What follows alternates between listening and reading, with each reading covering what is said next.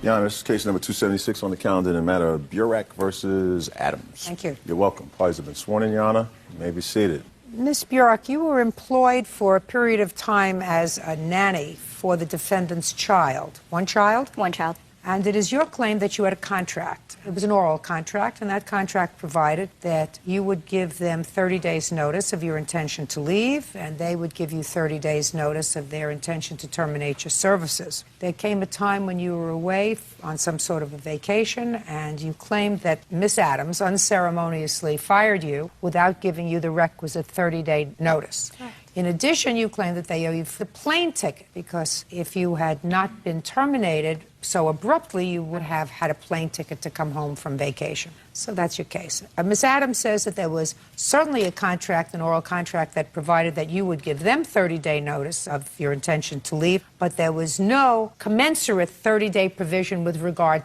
to them, that they could fire you at will at any time. That's your defense. Correct. When did you begin your employment with the Adams family? I started working for them February 14th of 2005. How did you find Miss Burek, Miss Adams? Through a nanny agency. What was the name of the agency? I actually don't recall the agency. It was Elite Domestic Agency. Could you keep your voice up, please? Hear my voice? Ah! Keep your voice Elite up so I can Domestic hear Agency. you. What? Elite Domestic Agency. February 14th, 2005. And you worked until when, Miss Burek? Last day I worked was August 11th of 2006. Total of 18 months. Miss Adams, you have a little boy or a little girl? Little boy. How old is he? He's 2.5 years old. So he was a little less than a year old. He was when Miss Burek came. Correct. And she took good care of him? Yes. Do you work? Yes, I do. What kind of work do you do? My husband and I own a design firm at the Pacific Design Center. So you really relied on her to be the sole custodian of your son while you were at work? Absolutely. And this is your only child? Yes.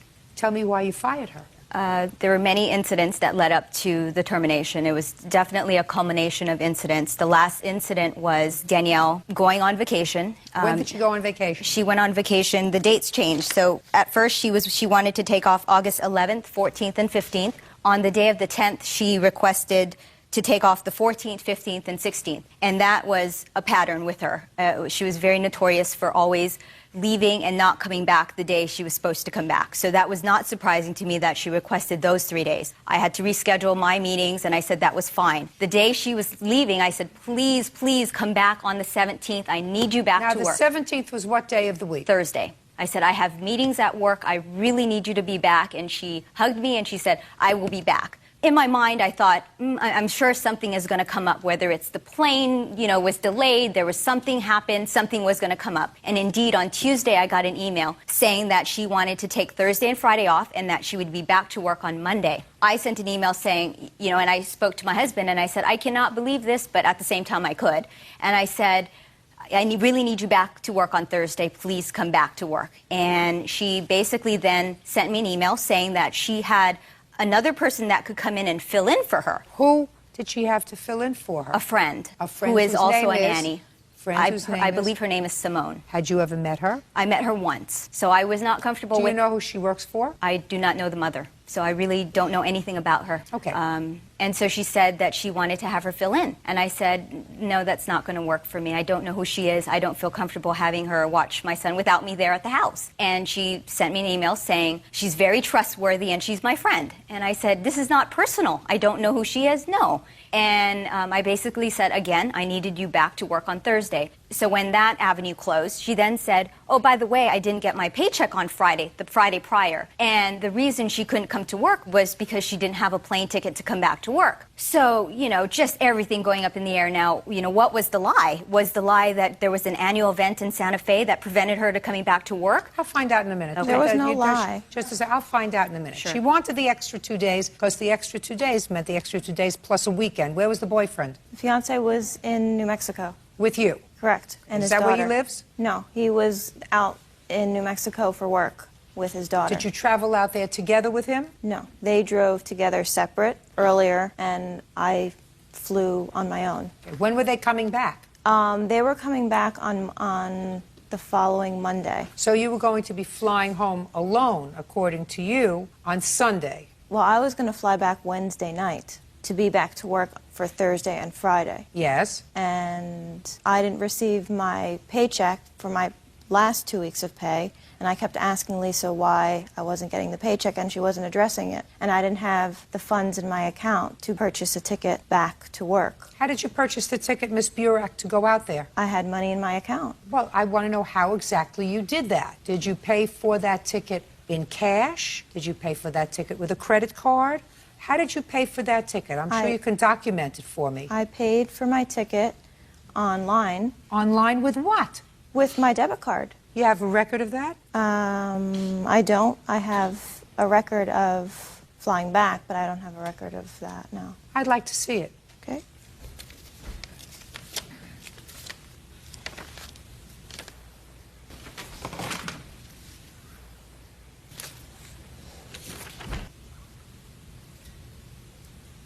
You know, Miss Burek, when you lie about one thing, your entire testimony becomes suspect, madam. The reason I asked to see this is because I didn't believe that the reason you didn't buy a return ticket was because you didn't have money in your account. And I didn't believe you when you said to me that I paid for it with a debit card because you're trying to think too hard.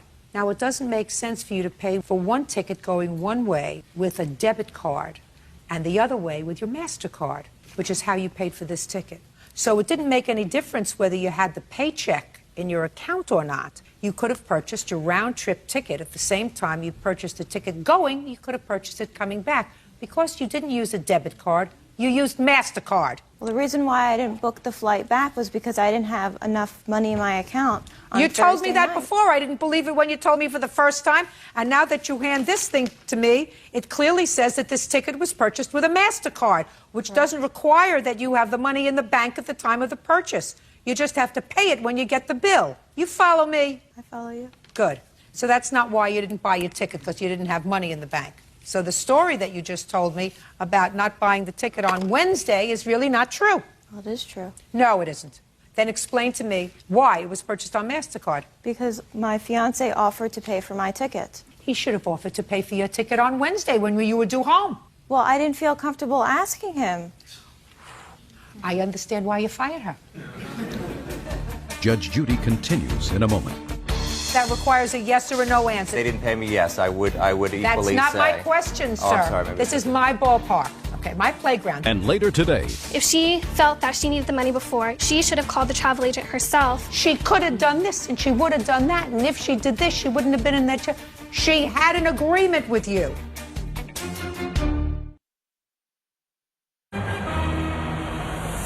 real cases, real people. Judge Judy.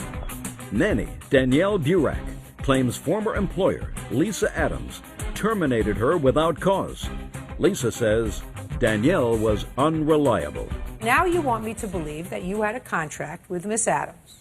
Part of the contract was that if she was going to terminate you without cause, she would give you 30 days' notice. Because, Miss Burek, you cannot expect someone who has entrusted their most precious possession, their child, with you, if you do something that's wrong to the child, let's say she finds you hitting the child, you think she's required to give you 30 days' notice and pay you? No, but that never No. happened. No, the answer is no. You think that if she catches you doing drugs in the house, she's got to give you 30 days' notice and pay you? The answer would be, of course, no, right?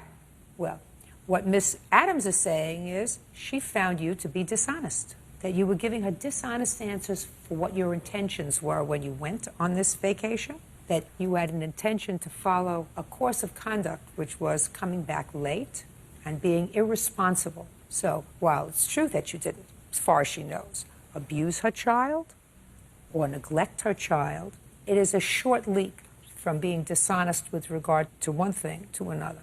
And what she's saying is she fired you for cause. And the cause was you were due back on Wednesday, and you didn't come back on Wednesday. We're going to come back the following Monday. That's unsatisfactory. You have a responsibility. Is this your fiancé? Yes. What kind of work does he do? He's an artist. He's a photographer and a writer and a producer. Does he have any full-time gainful employment? Yes. At what? He's an actor. Well, does he act in something regularly? Yes. What? A show on ABC. What show on ABC? Wildfire. He has a recurring role? I'm sorry, I haven't seen it. Yes, he does. Step up. Your last name is? Haynes, Your Honor. Mr. Haynes, Yes, ma'am. how often do you film Wildfire? About once every 2 to 3 weeks. And They're building the roll-up. how many as well. days a week do you film, sir? It can be anywhere from 3 to 5. Sounds wonderful to me, sir. Yes. Did you ever call your producer and say to your producer, I'm in Santa Fe. I can't make it on Friday. I just answer my question. I'm in Santa Fe. I can't make it on Friday. Well, Your Honor, No. I'm just asking you a question, sir, that requires a yes or a no answer. if they didn't pay me, yes, I would equally say. That's not my question, sir. Oh, I'm sorry. Maybe This is that's- my ballpark. Yes, it is. Okay, my playground. Did you ever call your producer and say to your producer, I can't get to Santa Fe on Friday. I'll come on Monday. Or have you always shown up when you're supposed to, on time? I always show up when I'm supposed to. Thank you. You can sit down now. You ought to teach your fiancé the same thing. You were fired, Miss Burak, for cause. The cause was that you acted irresponsibly. And if she fired you for cause, even if she had an agreement to give you notice without cause, for cause, she doesn't have to give you any notice, because that would be ridiculous. If you were abusing her child, she wasn't going to give you 30 days' notice. If you were neglecting her child, she wasn't going to give you 30 days' notice. And she found out that you were irresponsible. And this wasn't evidently a one-shot deal. This had happened before. Something that happens with nannies, by the way, because Miss Burak doesn't want to spend the next 30 years being a nanny. What I'm trying to tell you is Miss Burak is trying to find her way and figure out what she wants to do with her life, right? I know very, very few people who want to be Mrs. Doubtfire, that's their role in life. Do you understand? Yes. So if she blows you off for a day or two, most nannies feel as if they've got you right here because they're in charge of your children. You have no case, Miss Burak. Your case is dismissed. That's all. Parties are excused. You may step out. While we do feel like Danielle did a good job with our child, Well, I was very attached and very close to Kai. it was really a culmination of things of dishonesty and deceit. Well, I wasn't dishonest. There were numerous incidents. I really didn't have the funds to come back to work. You know, the most important thing is my son, Kai. I just hope that Kai finds peace. And now the next case. All parties in the matter of Mimsgrave versus Gilmore. Step forward. 19-year-old Brittany Mimsgrave is suing her former friend, Samantha Gilmore, for the return of money she paid to go on a cruise. Samantha says Brittany backed out at the last minute. Miss Mimsgrave, Yes. Miss Gilmore was a friend of yours. You had been friends for a long time, according to what I read in Yes. your complaint. A group of girls decided to go on a trip. Where were you going? We were going on a Mexican cruise. For how many days? A week. And what was the cost to each girl? It was $325 each. Very reasonable for a whole week. Yes. Did they feed you on this trip for $325 for a week? I actually don't know. I didn't go. Do they feed you? Yes, they do. In any event, you paid Miss Gilmore your $325. Yes. She was making the arrangements. How old are you? I'm 19. And you? 19. Am I correct that someone in the party had to be 21 in order for the girls to go? Yes. What you tell me in your complaint is that one of the girls, I believe her name was Ashley, was the 21-year-old, she backed out. Yes. So now you have a predicament. You've paid your $325, as have other girls, and unless you found someone else who was 21 years old, you couldn't go. Yes. So according to you, you waited for a while to see if somebody else was going to go and somebody else was going to go, and nothing happened, so you made other plans for that period of time. That's what you say. And according to you, Miss Gilmore decided to take her brother, Yes. Well, actually, decided to take her brother.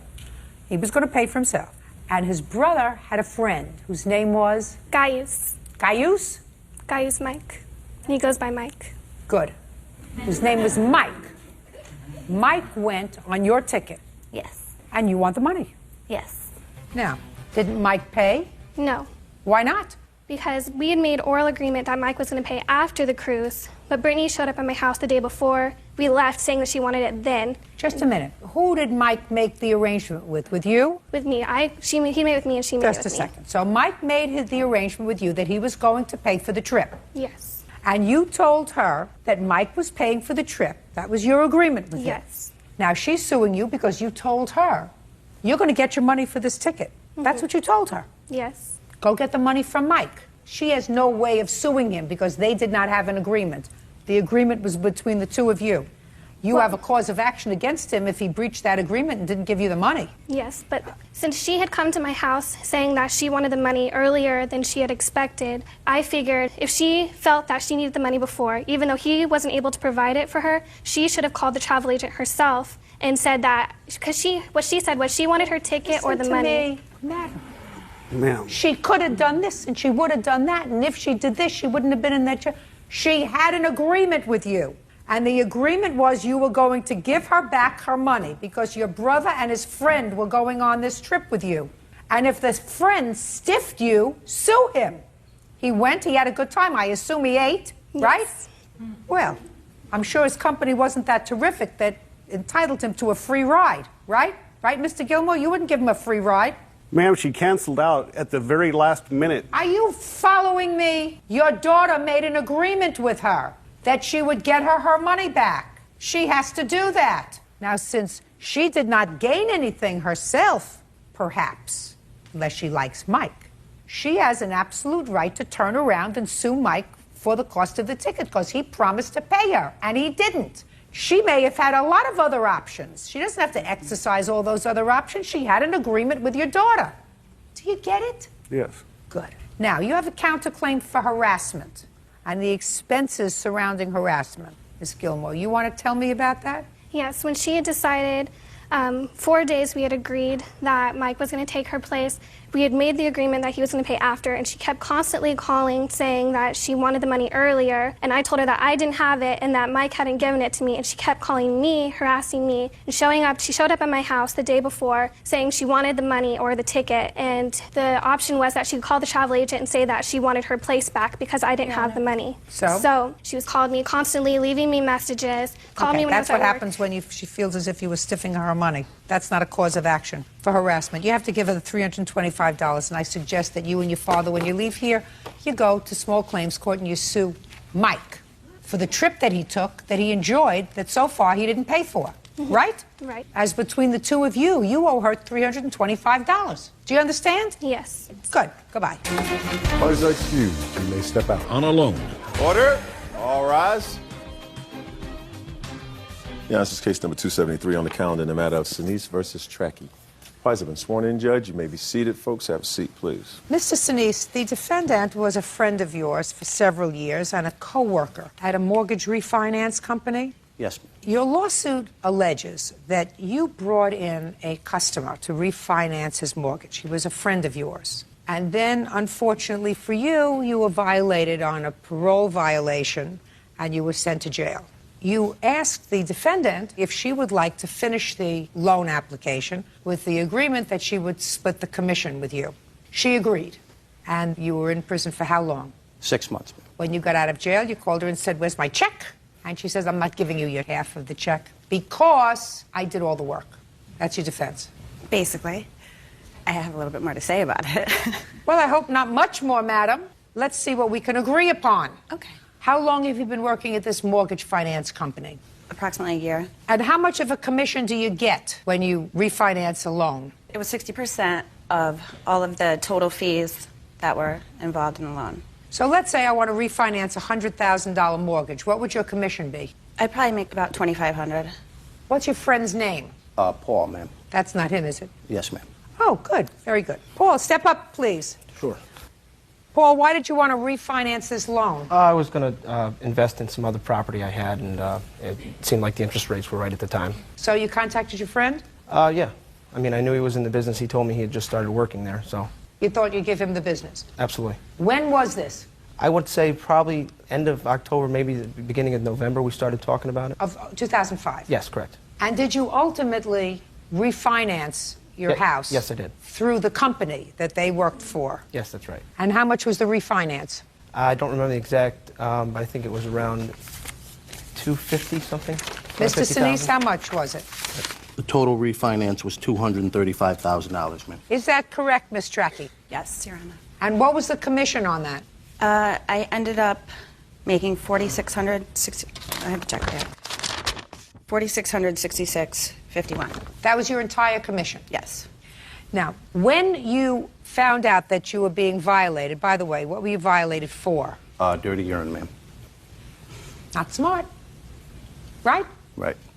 When you found out that you were going back to serve the rest of your term, what was your conversation with the defendant? I had called the defendant that night, and I knew she was in financial hardship, and I could have used the money as well to make my car payments while I was away.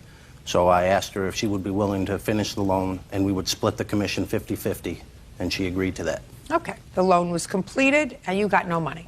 Correct. Okay, Ms. Strachey, now I'm waiting for the explanation. Okay. When this all happened, he asked me to do the loan. There was nothing done on the loan initially. He had just talked to him and said, okay, I'm going to refinance your house. So he was the rainmaker. Excuse me? You know what that means, rainmaker? No. That means he brings in the business.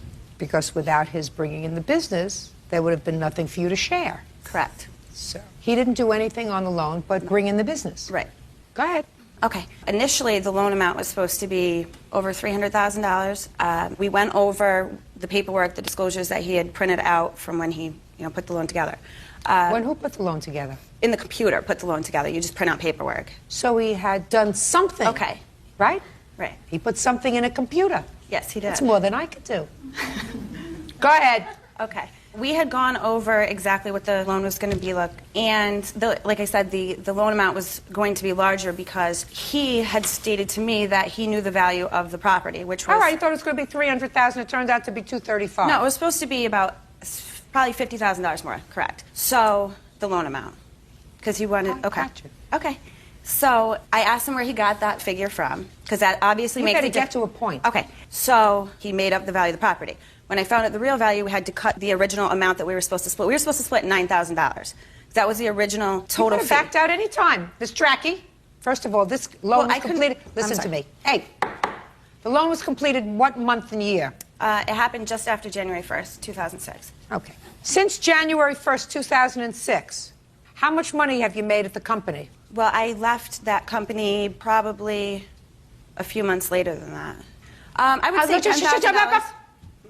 Since January 1st, 2006, how much money have you made? $50,000. I hope that the IRS is listening very carefully. How much money have you made since January 2006? To be honest, I didn't file my last taxes. So. Ms. Strachey. Yes. If you decided when you got into this loan with Mr. Zemanek that the loan amount was inadequate for you to break a sweat and complete, you had that opportunity. But you had a contract with Mr. Sinise. Your contract with Mr. Sinise was you were going to split the commission. It wasn't I will split the commission with you of $9,000. That was what our... No, it was not. Because that amount fluctuates. You got $4,666.51. Now, do you think that I think that Mr. Sinise said to you, I will split the commission, but if it's $4,666.51, you can keep it all yourself? No. No. No. But when you're dishonest with somebody about the original contract, and I found that out through the process... Say no, my dear. Say I don't want to do the loan. Well, he was in jail, so I I'd say, Mr. Zemanek, I don't want to do your loan. It's not worth my while to do your loan for $4,666.51. I would rather make nothing. I would rather make nothing than make $2,300. It's not worth it to me to make this lowly amount of money, especially when I don't have to share it with the government. Well, I got an extension. I am filing them. No, the time to file, madam, is past. Let me explain something to you. It passed October 15th. If you got a 6-month extension, it's over. Finished. They're going to come looking for you. They're going to steal your clothes.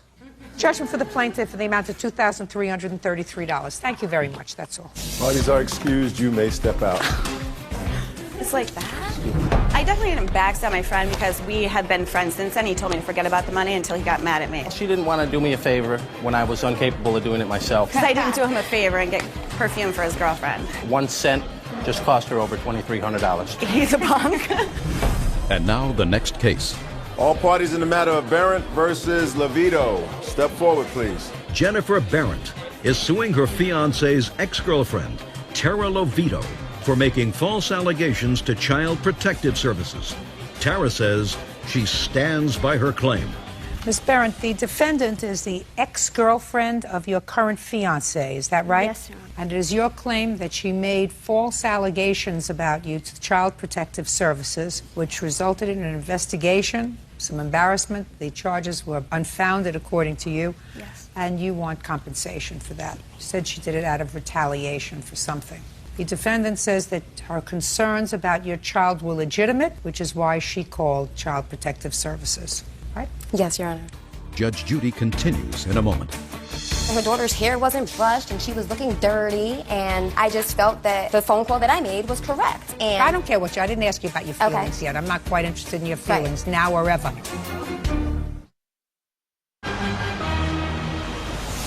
Real cases, real people. Judge Judy. Jennifer Berendt claims her fiancé's ex-girlfriend, Tara Lovito, filed a false report with Child Protective Services. Tara insists Jennifer is a bad mother. Now, explain this relationship. She's the ex-girlfriend of your current fiancé. Yes, Your Honor. Do you have children with her current fiancé? No children, Your Honor. Do you have any reason to have contact with him? It's just that he calls me, no. Calls you how often? All the time. I just had to change my number recently because he calls me all the time. Did you know that? No, Your Honor. Okay. You called Child Protective Services when? This was about May, maybe April of this past year. And the reason I called was because I felt that her daughter was being neglected, and I seen her at numerous times pulling on her daughter. Her daughter was screaming, and there was bruises that were seen on her daughter. Okay. So I felt... Shh, just a second. Miss Lovito. That's not true.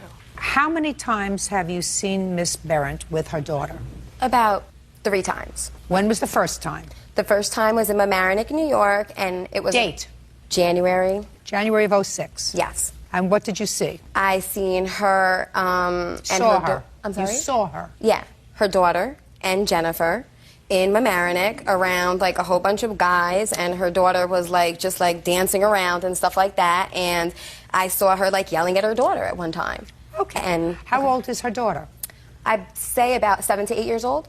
So you saw her yelling? Mm-hmm. When was the next time? Okay, that would probably be in like March. March of 06. Where did you see her? That was in Mamaroneck on the avenue, and she was pulling on her daughter, and her daughter was crying. Pulling her how? Pulling on her arm. And her daughter was crying? Yes. When was the next time you saw her? That would probably be in May of 2006, and that would be in Mamaroneck also. Yes? So I seen her pulling on her daughter again, and I seen that her daughter's hair wasn't brushed, and she was looking dirty, and I just felt that the phone call that I made was correct. And I don't care what I didn't ask you about your feelings yet. I'm not quite interested in your feelings now or ever. I just want to know what you saw. Okay. January, you saw nothing. March, you saw her pulling her arm. Mm-hmm. And in May, which was either before or after you called Child Protective Services, because you said you called them in either April or May. Right. You saw her pulling her arm. Yes. So it is possible that when you called Child Protective Services, you saw her once in March pulling the child's arm. Is that right? Yes. Now, it is my understanding, Miss Berendt, that you had had an altercation with the defendant's boyfriend. Is that right? Yes, Your Honor. Is this your boyfriend? Ex-boyfriend. Ex-boyfriend. But he was the boyfriend at the time? Yes, he was. When did you have this altercation with the boyfriend? The beginning of June, 2006. Can I see the report that was filed, please, both on the altercation with the boyfriend and the report to Child Protective Services? They wouldn't give me a police report for when he came into my job, but I do have the report. What for did he the come into your job for? Telling me that my fiance kept calling Tara, and she was on his cell phone threatening me, but I couldn't do anything because it wasn't a direct threat to me. It was through him on a cell phone. These allegations, Your Honor, weren't made until June 19th or 20th. Hold on a second. You made the report to Child Protective Services in June. No, Your Honor. Well, according to this, you did. Well, it could have been somebody else calling. No. Is this the only letter that you got in 2006 with regard to a complaint called about you? Yes, Your Honor. Now, can you tell me the date you made a police report against the defendant's boyfriend? It had to be around a week before the allegations. You have any sort of police report? No, they wouldn't let me file one. Why? They told me that there's nothing I can do because I only had his nickname. I didn't know his correct whole name. And they said that there's nothing that I can do. Name. Wesley Rayno. What did you go to her job for? Actually, I was shopping in the Family Dollar. The Family Dollar is located in Mount Vernon where I work at. And when I went in the shop and bought me some dollar items, I recognized the defendant. I don't want you to speak. Listen to me. He's going to tell me his story. Go ahead. I also have problems with the defendant's ex-boyfriend. He does call because he calls my job, he calls and harasses me, and he calls and hangs up and all kinds of stuff. So what I explained to her, I asked her what her name was. At first I asked her what her name was. Then I called my girlfriend, and she explained to me that her name was Jennifer. So then I approached her again. I asked her, was she the girlfriend, fiance of the gentleman? Then I explained to her that the gentleman is calling my job, he's calling, he's harassing me, but when she's not around, he doesn't know what the gentleman does. He does call Tara. I never once got out of line, threatened her, called out of her name, caused an uproar in the store or anything. I left on good terms, and I brought my items and walked out of the store. Now, what did he say to you? He told me that my fiance was calling Tara when I wasn't around, emailing her. I don't know anything about him calling his job, and he never purchased anything. He came in the store and left right after speaking to me. Did you call the police when he left? Yes, I did. And did you give the police Miss Levito's name? Yes, I did, Your Honor. Did you give the police her phone number? No, because I didn't know her phone number at the time. Did you have her address? No. What other identifying information did you have other than her name? I knew his nickname that's tattooed on his arm. That's how I knew that it was her boyfriend. And she was on his cell phone. I'm going to come there. I'm going to beat her up. I'm going to F her up and wanting to fight me all the time, Your Honor, and I'm tired. I'm tired of arguing with her. Shh. Now, Miss Levito, when did the police contact you? They never contacted me. I found out through her boyfriend now, because he has, like, diarrhea of the mouth. Okay, good. Well, when did he call you? And He's always calling me, Your Honor. No, listen to my question. Okay.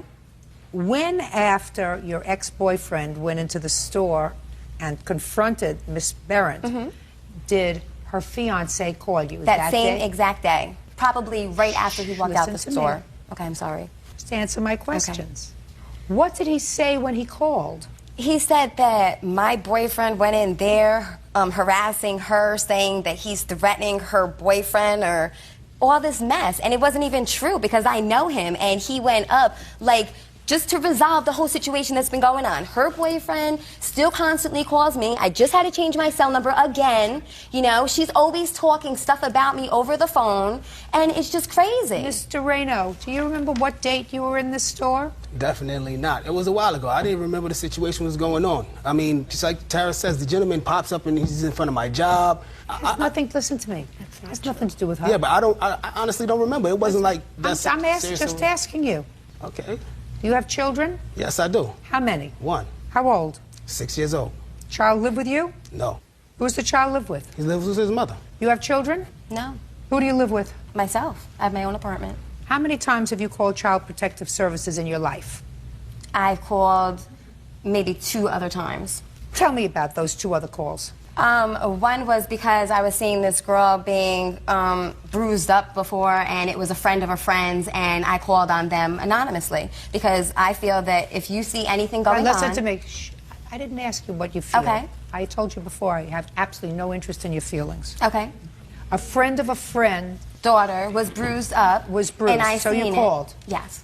When was the second time? The other time was when I was at a park and I saw the mother like reprimanding the kid and hitting the kid on the backside and everything like that, and she was just like shouting at the kid, and the kid was in tears, and the child wasn't even doing anything wrong because I was basically there from the time that the mother came till they left. So I called. How did you know the mother's name? It's known town. I don't understand that. It's a town that I know people in that were there with me that knew the person's name. So you asked them the person's name? Yes, they were with me, yes. You're making it up as you're going along, Miss Levito, but I'm enjoying this immensely, so I'm going to let it go on. I'm going to let it move on. So if the other people that you were with knew this person, and you didn't, why do you think you were the one to make the call? Because I feel, I don't even know if I can... I told you, I don't care about how you feel. What I'm asking you is, why would you think you would call as opposed to people who know this person? Well, I'm sure they did too, because they told me they were going to. Really? Yes. You're just making it up as you're going along, Miss Levito. No, I'm not. Yeah, you are. Okay. Yeah, you are. Okay. Okay. You're absolutely right. She called Child Protective Services on you because she was annoyed with you. She did it out of vindictiveness and malice, having absolutely nothing to do with what she saw, because according to the dates that she gave me, if I believe her, She saw you pulling your daughter by the arm 1 time. She's seen you in total of 3 times. So if her sense of civic responsibility overwhelmed her, that's going to cost her $2,500 because I think you're a vicious, nasty little lady. Judgment for the plaintiff in the amount of $2,500. That's all. Yeah, this is case number 340 on the calendar in the matter of Cox Turnowitz versus Turnowitz. Parties have been sworn in, Judge. You may be seated. Thank you. You're welcome. Your last name is Cox, is that right? This is your former husband, this is your daughter, and your daughter. Yes. I assume you've been divorced for a while. You have 2 children. Your son lives with you. Your daughter lives with you. Yes. Yes. And I would have assumed before this car incident that everybody got along reasonably well. So, Daddy wanted to do a good deed, and he bought you a present for your 16th birthday. Yes. Bought you a car. Yes. A new car. Yes. That's some good daddy. According to your complaint, Miss Cox, the arrangement was that he would carry the insurance on the car. It was in his name. It can't be in your daughter's name because she's a minor. So he had increased insurance because now he's got another minor on his insurance. The insurance was something like $200 a month. Yes. Which your daughter paid. Yes. And then you had an accident with the car. The car was totaled. Yes, ma'am. Dad got the insurance money for the car. You feel as if that money was yours. Yes. And your dad says that the insurance money isn't yours. He bought the car. He wanted to feel as if you acted responsibly in the car, that the accident, as it turned out, was a result of, he believes, your negligence. And he's not buying you another car for a while, and he's not giving you the money for another car so that you can buy it for a while, because he's the daddy, and that's his prerogative. That's your defense. Yes. So I'm prepared to hear you, Miss Cox. Your Honor, prior to this whole incident, we've been best friends. To where I let his family live with us for 6 months while their home was being built. My new husband, they became very close, very good friends. They purchased a house, they sold the house. After they sold the house, they moved out in February of this year, of 2006. They went on a spending spree. They bought 7 vehicles. They bought Shannon a car that they gave her and said it was because Shannon... No, let Shannon tell me. Your dad gave you a car, and what did he say when he gave you the car? He said to me that it was because I miss out on the things because I don't live with him that they usually get around the house and stuff. And so he said in place of that he bought me a car. When he gave me the car, he said that there would be 2 stipulations. One, I would have to pay car insurance, and the other one was that when I got my license, that he would put the car in my name. Well, he can't put the car in your name because you're a minor. We didn't even know that. Okay.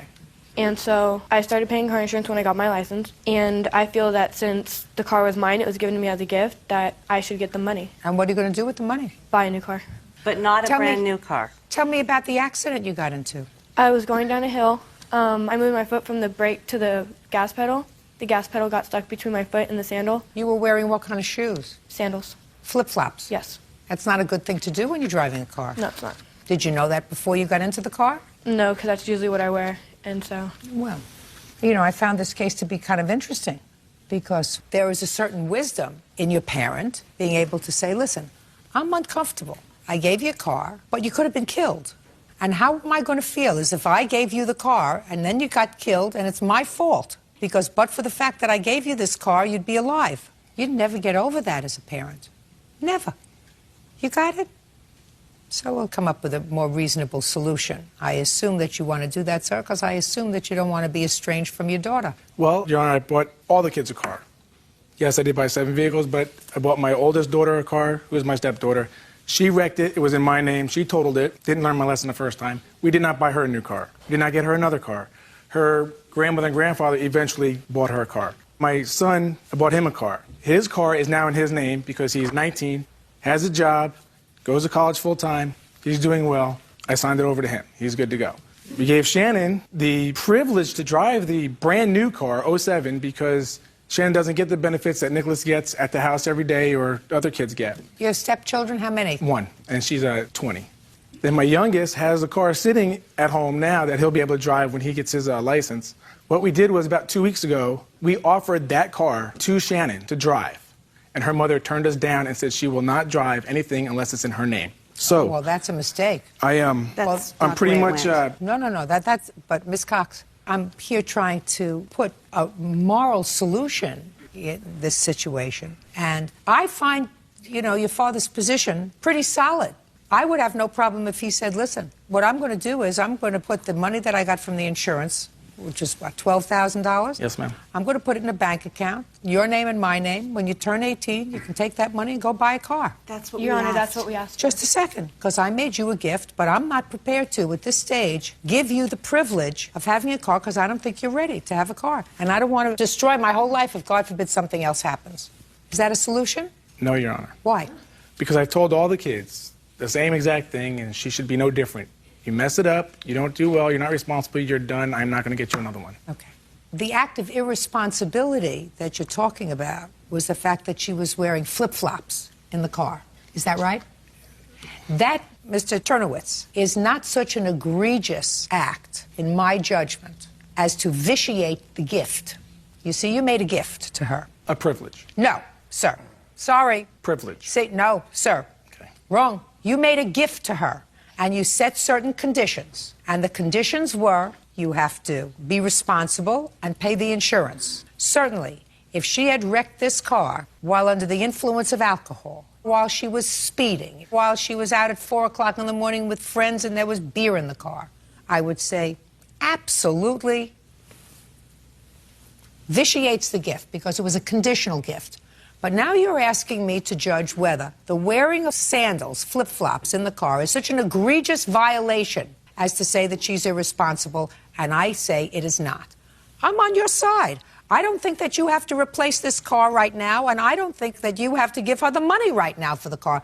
But I think when you make a gift to a child, and it was not a privilege of driving, because that's fancy footwork, and believe me, Mr. Turnowitz, I understand that you have a stepdaughter, and I understand that you made a rule for your stepdaughter, and that you feel as if, well, I can't show any favoritism from one to the other. That comes under the category of too bad.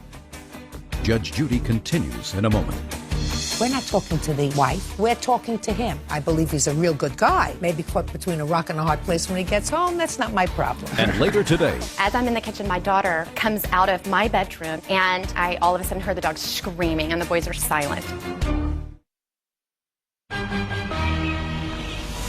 Real cases, real people. Judge Judy. 16-year-old Shannon Turnowitz says her father, Mark Turnowitz, owes for the return of insurance money he collected on a vehicle she totaled. Mark claims Shannon is irresponsible. Mr. Turnowitz, you made a conditional gift, and the conditions were not broken. She paid the insurance on the car. You go to school? Yes, ma'am. You do reasonably well in school? Yes, ma'am. Get good grades? 3.333. That's pretty good grades. So, you either have two choices, sir. Yeah, go ahead. She has no job, Your Honor. She can't pay for the car insurance anymore. Just a second. I'm not asking you, sir, to get her another car now. That's not what I'm saying to you. I still have to pay insurance. I cannot drop her off my insurance because she is a minor. I'm not suggesting to you that you keep her on your insurance. I have to. Geico will not let me drop her unless I prove that she has her own insurance or she is on somebody else's policy. Mr. Turnowitz, you're not following me, sir. Just because she turned 16, I've had a lot of children that turned 16. Just because she turned 16, you don't have to be on anybody's insurance as long as you're not driving a car. And you're not giving her the car. I'm not suggesting but to you... But she's allowed to drive, Your Honor. She has a license. She can get in her mother's car and go drive under my insurance. No. Not under your insurance, under her mother's insurance. Well, then you have to put her on your insurance. Just a second. Of course. Okay. If you're not getting her a car, mother's got to put her under her insurance, and it's going to be an expensive proposition. Yes, it will. Absolutely, because now she's been in an accident where a car's been totaled. You are not responsible for keeping your daughter on any insurance. Okay. Finished. So let's try to work this out. Okay. You want to let her drive your car? Fine, but you better put her on your insurance, because otherwise, if something happens, you could lose everything that you own. Your Honor, when Mark's wife called me and offered me the other car, I told her, I said, there's two problems with this, Denise. First of all, it's a stick. She's terrified to get behind the wheel of a car as it is. We're not even dealing with that issue anymore. This goes towards the insurance part. I also told her, I said, Denise, if you take that money and you put it in an account somewhere in Shannon and Mark's name, and when she's 18, she can have that money to purchase her own vehicle, that's fine. I'll take her off your insurance and I'll put her on mine, and she'll drive my husband's truck. Just a second. That's exactly what I said. And that's what I told his wife. Just a second. That's a reasonable solution. And it's a solution that... Your Honor, her answer to me was that she spent the money. Just a second. Just a second. We're not talking to the wife. We're talking to him. That was never brought to me, Your Honor. We're talking to him. And he's a good guy. Maybe caught between a rock and a hard place when he gets home. That's not my problem. What? He looks like a real good guy, and he looks like a guy who loves his children and wants to be a very good father. Doesn't want his children to be angry with him, and especially a child that's got a 3.33 average, who evidently both of you did a terrific job with. So, Mr. Turnowitz, I think that you should take that money and put it in a bank account so that your daughter will have a car when she turns 18. As long as she behaves responsibly and continues to do well, she'll be off to college when she's 18. And you feel as if, well, now you're on your way, just like your son's on his way. Is that a reasonable solution? Yes, Your Honor. Done. Thank you. Thanks, Your Honor. Parties are excused. You may step out. Shannon and I talked about it, and her final words to her father when he basically told her to go to, excuse my French, was, fine, Dad, I'm going to take you to court. I honestly don't think it was my daughter. I think it was my ex-wife pushing my daughter to do this. The friendship is gone. It depends on what happens. You know, I'm pretty much done with the two of them. You just said that our relationship was over. They got through some issues last year, and I'm sure they'll get through this one, too. And now the next case. All parties in the matter of Riggs versus Unger. Step forward. Daycare provider Amanda Riggs is suing former client Sue Unger for vet bills and daycare fees. Amanda claims Sue abruptly pulled her son out of daycare after he broke her Pomeranian's leg. Miss Riggs, you provided daycare for Miss Unger's son. How old was your son? When 4. And how long did she provide daycare for him? About 1.5 years. No problems? No. And then something happened. Something happened with a puppy that you had. And you want Miss Unger to be responsible for 1/3 of the vet bills because Miss Unger's son, who was 4, and another one of your charges, who was 4, injured your puppy? Yes, ma'am. And you believe it's their responsibility to pay for the vet bills? Only because the boys were breaking a rule. If it had been an All accident... Right. You're going to tell me about it. Okay. Miss Riggs. What kind of puppy did you have? She's a Pomeranian puppy. How old? She's about 4 months old. And when did this happen? September 14th. How many children were you watching that day? 3. How old? 2 were 4, and 1 was 2. Your son's name? JT. And the other 4-year-old? Max. Was it JT and Max who were involved with this accident? Yes, ma'am. So tell me what happened. On September 14th, the older kids were able to play with the puppy, and they were running around in the yard, and the dog was having a great time with the older kids. And the younger kids asked me if they could play with her. The younger kids, you mean JT and Max, the 2 4-year-olds? Yes, ma'am. And I said yes. And I took the puppy and we went to the playroom, and I was in there for 15, 20 minutes, and the boys played, and everybody was having fun. The dog was chasing them, and they were yelling, and the dog was barking at him, and everybody was having a great time. After about 15, 20 minutes, I went to the kitchen to start preparing lunch. The boys were kind of in and out of the play area, and there's a little nook off of my kitchen. I was aware of what they were doing at all times. I could hear them. I could hear everything that was going on. Everybody was happy and having fun. As I'm in the kitchen, my daughter comes out of my bedroom. She'd been watching Barney, and I went in there to turn the TV and the VCR off. And while I'm in the room, I all of a sudden heard the dog screaming, and the boys are silent. And I ran back to the playroom and found the puppy laying on the floor with her leg twisted, and both of the boys were standing on either side of her, like, oh my goodness. And I said, what happened? And JT pointed to Max and said, he threw her. You know, I looked at Max and I said, why did you do that? And he points at JT and he says, well, JT threw her too. We were both throwing her. And the puppy is screaming the whole time, and I picked her up and I told both boys, I said, go sit down at the table right now. I was upset. So both of the boys went to sit down at the table. I immediately got on the phone with Max's mother. She works 5 minutes away from my house. I said, please come sit with the boys. I think that they broke her leg. She runs straight over. At that time, I had lunch on the table. Her son is also enrolled in my program. How old is he? He is 9 years old. Go ahead. So the other mom shows up, and the kids were eating. My daughter was finished at that time, so I put her in the bed for nap time, and I took the dog to the veterinarian's office. Now, your daughter is how old? She's 2. She's a 2-year-old? Yes. So you want Miss Unger to pay for 1/3 of the vet bills? That she agreed to. Did you? That's not exactly true. She had called me 2 hours after the incident. It was 2 o'clock, and she had already gone to the vet and left my child unattended with the other parent without notifying me, and told me that there had been an issue with my son, basically what she told you. And I was so emotional and upset of what was going on. I was in tears after the phone call, and I had told her, you know, at that point I was confused and... Whatever you said, at that point I'll pay for. Well, I felt that at that point I was responsible because I didn't know the whole story, and I did, you know, I felt... Okay. Miss Riggs, puppy's okay? She is. Is this a witness? Does she have anything to add to this case? No, ma'am. Not other than a character witness. Okay. And Miss Unger ultimately removed her child from school, and you also, in addition to the vet bills, you want her to pay for the 30 days that she didn't give you 30-day notice. Yes, ma'am. When I got back from the vet's office, I called her to tell her what happened, and I told her the entire story. So she shows up early that day at 4 o'clock to pick up JT, and she asked for his blanket and pillow. And I said, okay, is he coming back?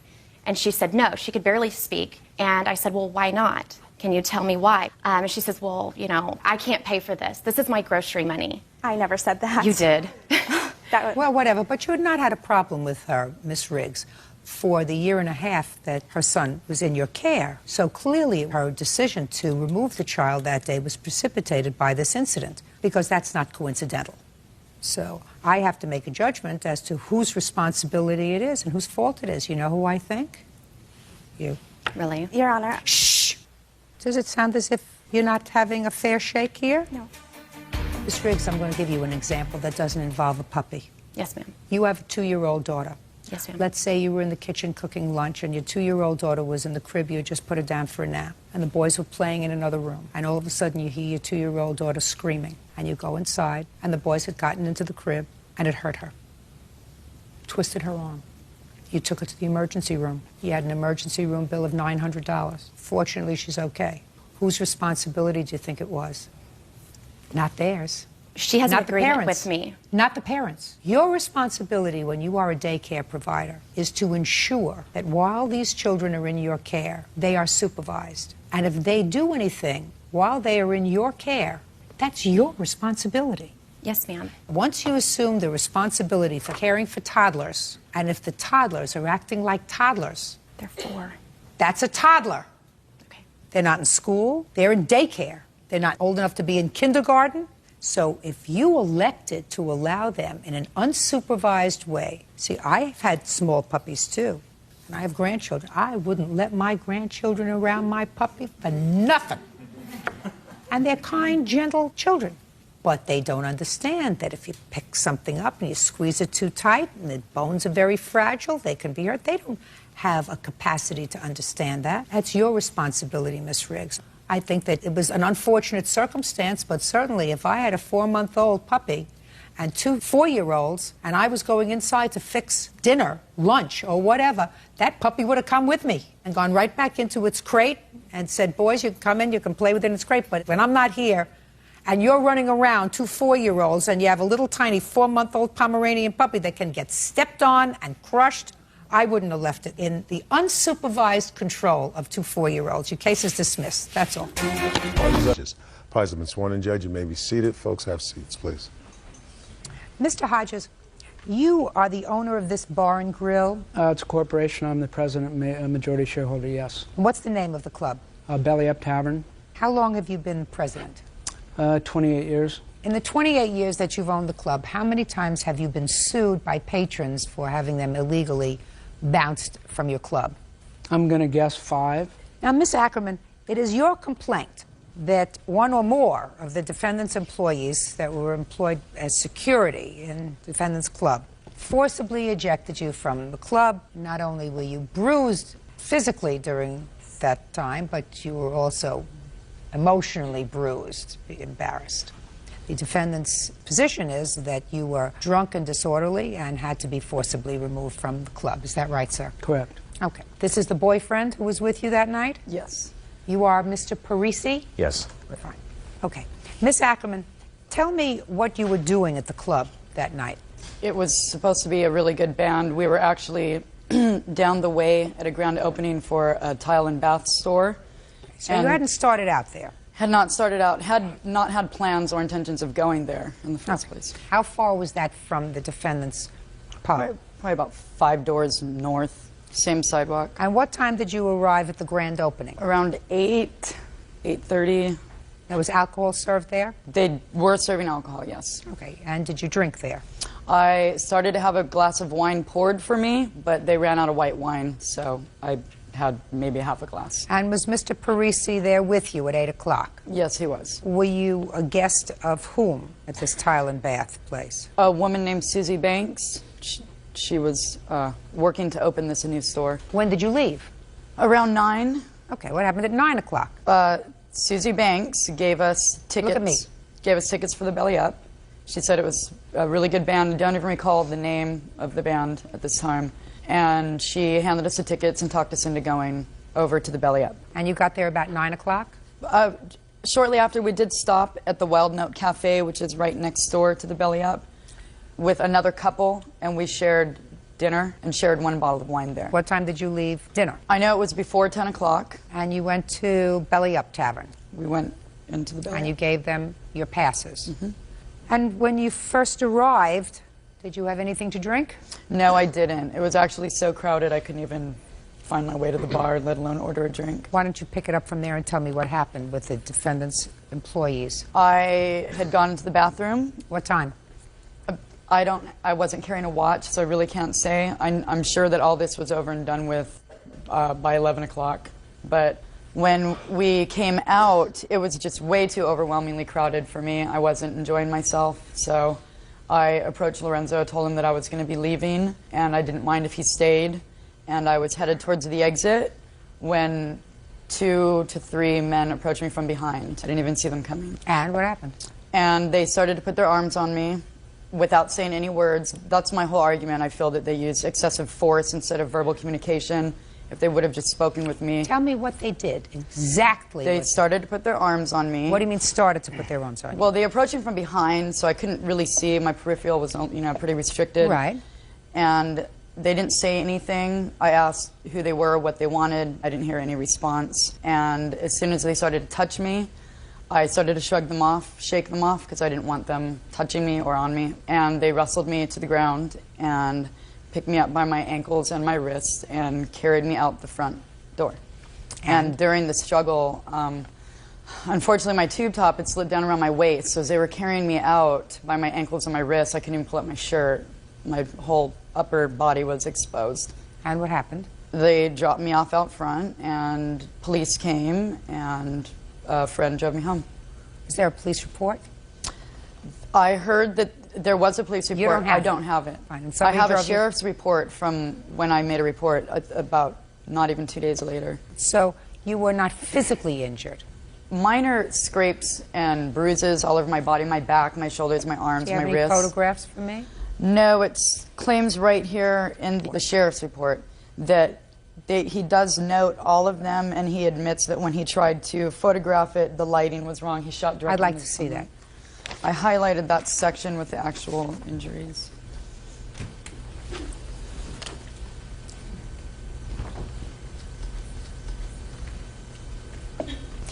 At first you told the detective that you did not wish to prosecute the case, is that right? Yes. What changed your mind? Did you see a lawyer? I believe... The answer is either yes or no. Did you see a lawyer? Yes, I did. Okay. I spoke with one on the phone. How many days later did you speak to a lawyer? The next day. Did you go to the hospital or an emergency room that day or the next day? No, I did not. Was it at the suggestion of the lawyer that you called and make this sheriff's report? I do not recall. Sure you do. The only intervening act between the time this incident happened and the time 2 days later, not related to this incident, was your call to a lawyer. Is that right? I did call a lawyer the next morning. Fine. You also told the detective that you were going to see a doctor that day. Is that right? Yes. Did you go and see the doctor? Yes, I did. Okay. What doctor did you go and see? Was it a doctor, your personal physician? It was through the Sharp Reese Steely Urgent Care, and I did not have a chance to pick up the records before I left. I do have my chiropractor's report. You went to a chiropractor? Yes. She Had you ever... referred... Shh. I'm asking questions. Had you ever seen a chiropractor before? Yes, I have back problems to begin with.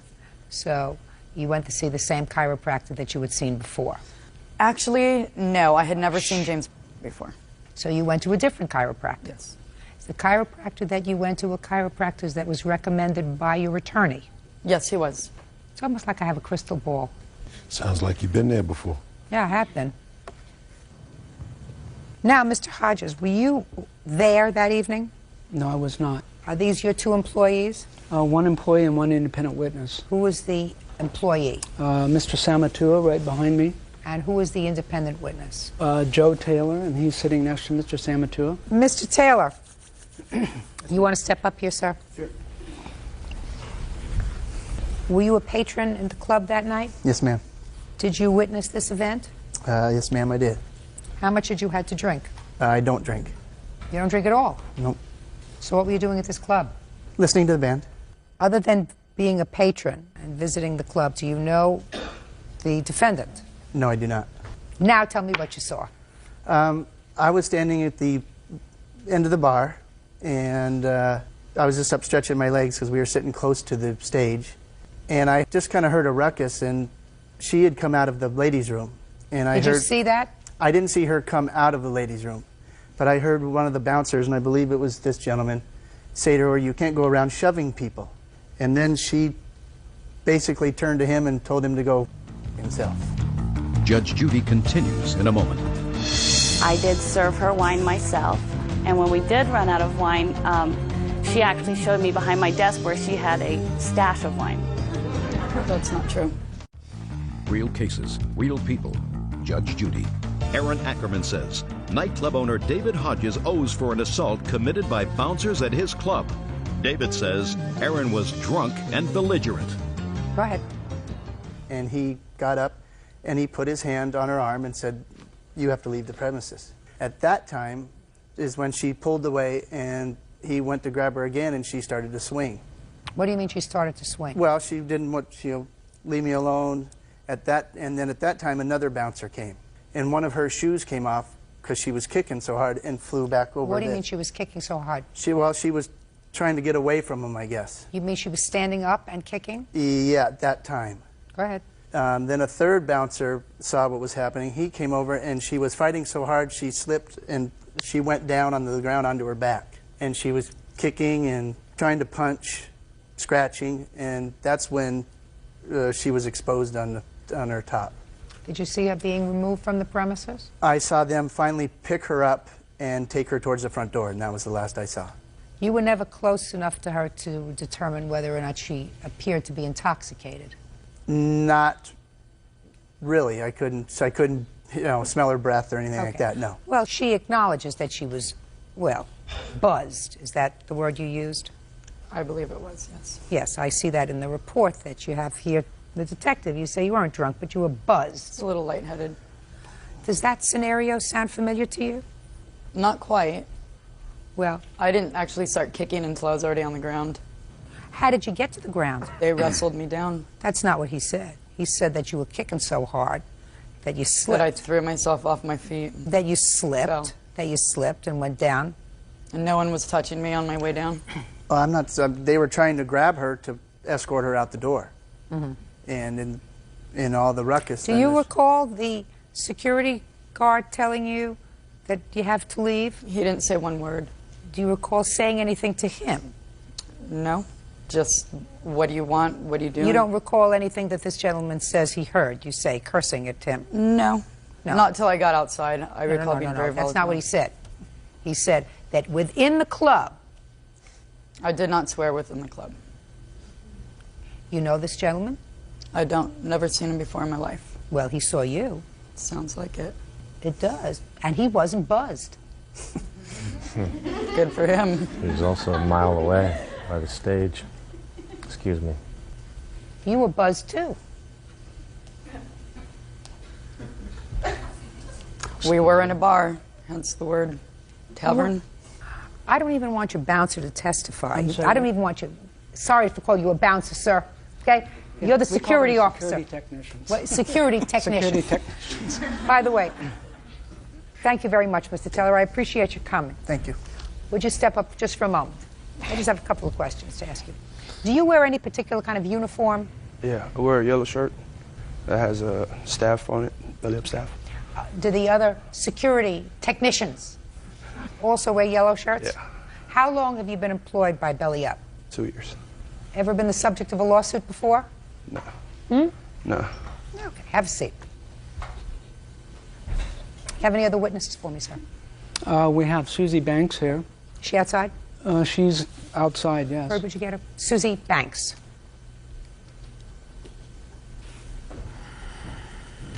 Susie Banks. Judge Judy continues in a moment. Deputy stated Ackerman was very drunk. She swore, staggered, and pushed him in the chest. That's the police officer. Real cases, real people. Judge Judy. Aaron Ackerman is claiming she was assaulted by a bouncer at David Hodges' nightclub. David has produced a surprise witness who claims Erin was drunk. Miss Banks, it's my understanding from the plaintiff that she was your guest that evening in the opening of a tile store. Is that right? Yes. That's what you, is that correct? That is correct. Okay. Miss Ackerman says that they ran out of wine by the time she was going to have a glass of wine. She had about a half a glass of wine. Does that sound right to you? No. Well, what do you know? I did serve her wine myself. You did? Yes, I did. How many times? I don't recall the number of times, but we were all having a great time. And Well, did she have one glass of wine or more than one glass of wine? More than one glass of wine, and we did run out of wine. And when we did run out of wine, she actually showed me behind my desk where she had a stash of wine. So she had an extra bottle in there for us for when we ran out of the wine. You remember that? That's not true. Then Miss Ackerman says that you gave her 2 tickets to go to the Belly Up Tavern to hear this band. Is that accurate? Yes, that's correct. And what about the other couple that they were with? They also got tickets. Fine. You have any other witnesses that you want me to hear? Just the person that I was with and saw everything happen also. Come on. Now, Mr. Parisi. Yes. You want to tell me what you saw that evening at the tavern? At the Belly Up Tavern? Mm-hmm. From which time? From when we first got there? Or? Yeah. You weren't there very long. We did enter together into the club. We had been there a while. I think I had gotten to the bar and had a beer or two. It was really loud. It's really dark inside there. It's not the You light. had a drink or two? Yeah, I had a couple beers. Yeah, absolutely. But not Miss Ackerman? I actually wasn't with her when I was having the beer. Why not? Because I walked up to the bar to get a beer. There's 1,000 people in this I place. ran into my girlfriend. Speak not. As far as his story, stretching his legs by the band, that's a good 30 feet away from where we were at the time. So I don't know how he could have heard anything or seen anything when there's 6-foot-high people, thick all the way to the stage. He wasn't near the stage, sir. He said he stretched his legs by the stage. No, that's not what he said. He said he was at the bar. He Oh, he was right at the bar? Okay, excuse me. Stretched his legs and he went over to the bar. Okay, that's fine. Well, anyway. So why don't you just worry about your testimony, not his? Yeah, okay. She had come out of the bathroom, I think, and I was standing right. The bouncer sits at a certain spot when you enter the club. So she had come out of the bathroom. I had already gone by him and was standing right around the corner. She came by me, said something to me. I put my hand out or something, and She said something to you like what, Mr. Parisi? I don't really know exactly. Just she was leaving or she didn't want to be there anymore. And you said you put your hand out. How did you put your hand out, sir? To stop her for a second because she was moving kind of quickly. So you put your hand out to stop her? Yeah. And what happened next? She shrugged my hand off and said she was leaving. So she pushed your hand away? Pushed my hand away. Okay. Go ahead. And then, which happened really quickly, the bouncer or bouncers, I think maybe it was one at the beginning, came up behind her and grabbed her. How did he grab her? He grabbed her from behind. He grabbed her. I want you to show me, sir, on Miss Came Ackerman, up how from he behind grabbed her. and grabbed her like this. Okay. And started to push her this way to leave. Okay. Okay? Mm-hmm. She turned around and, of course, started to kind of swing and shrug him off because she didn't know what was going on. Nobody quietly tapped her on the shoulder and said, "Excuse me, ma'am, you need to leave," which I don't know why she would have to leave anyway when she didn't push or shove or fight with me. Mm-hmm. Nothing was even going on. And you didn't hear her say anything to the bouncer? No, it was too loud. There's a band playing. So you didn't hear? No, I couldn't hear anything. So she could have said what Mr. Taylor said she could said? have said anything. I couldn't hear. It's too loud. So she could have said... I don't know how he could have heard. Shh. It was so loud you couldn't hear anything. Is that what you just said? Kind of hard to hear, yeah. Right. Certainly. So the bouncer could have said to her, "Sorry, ma'am, you have to leave." While he grabbed her, sure. While he grabbed her arm. Sure. Judge Judy continues in a moment. Can I see the police report that you have, Mr. Hodges?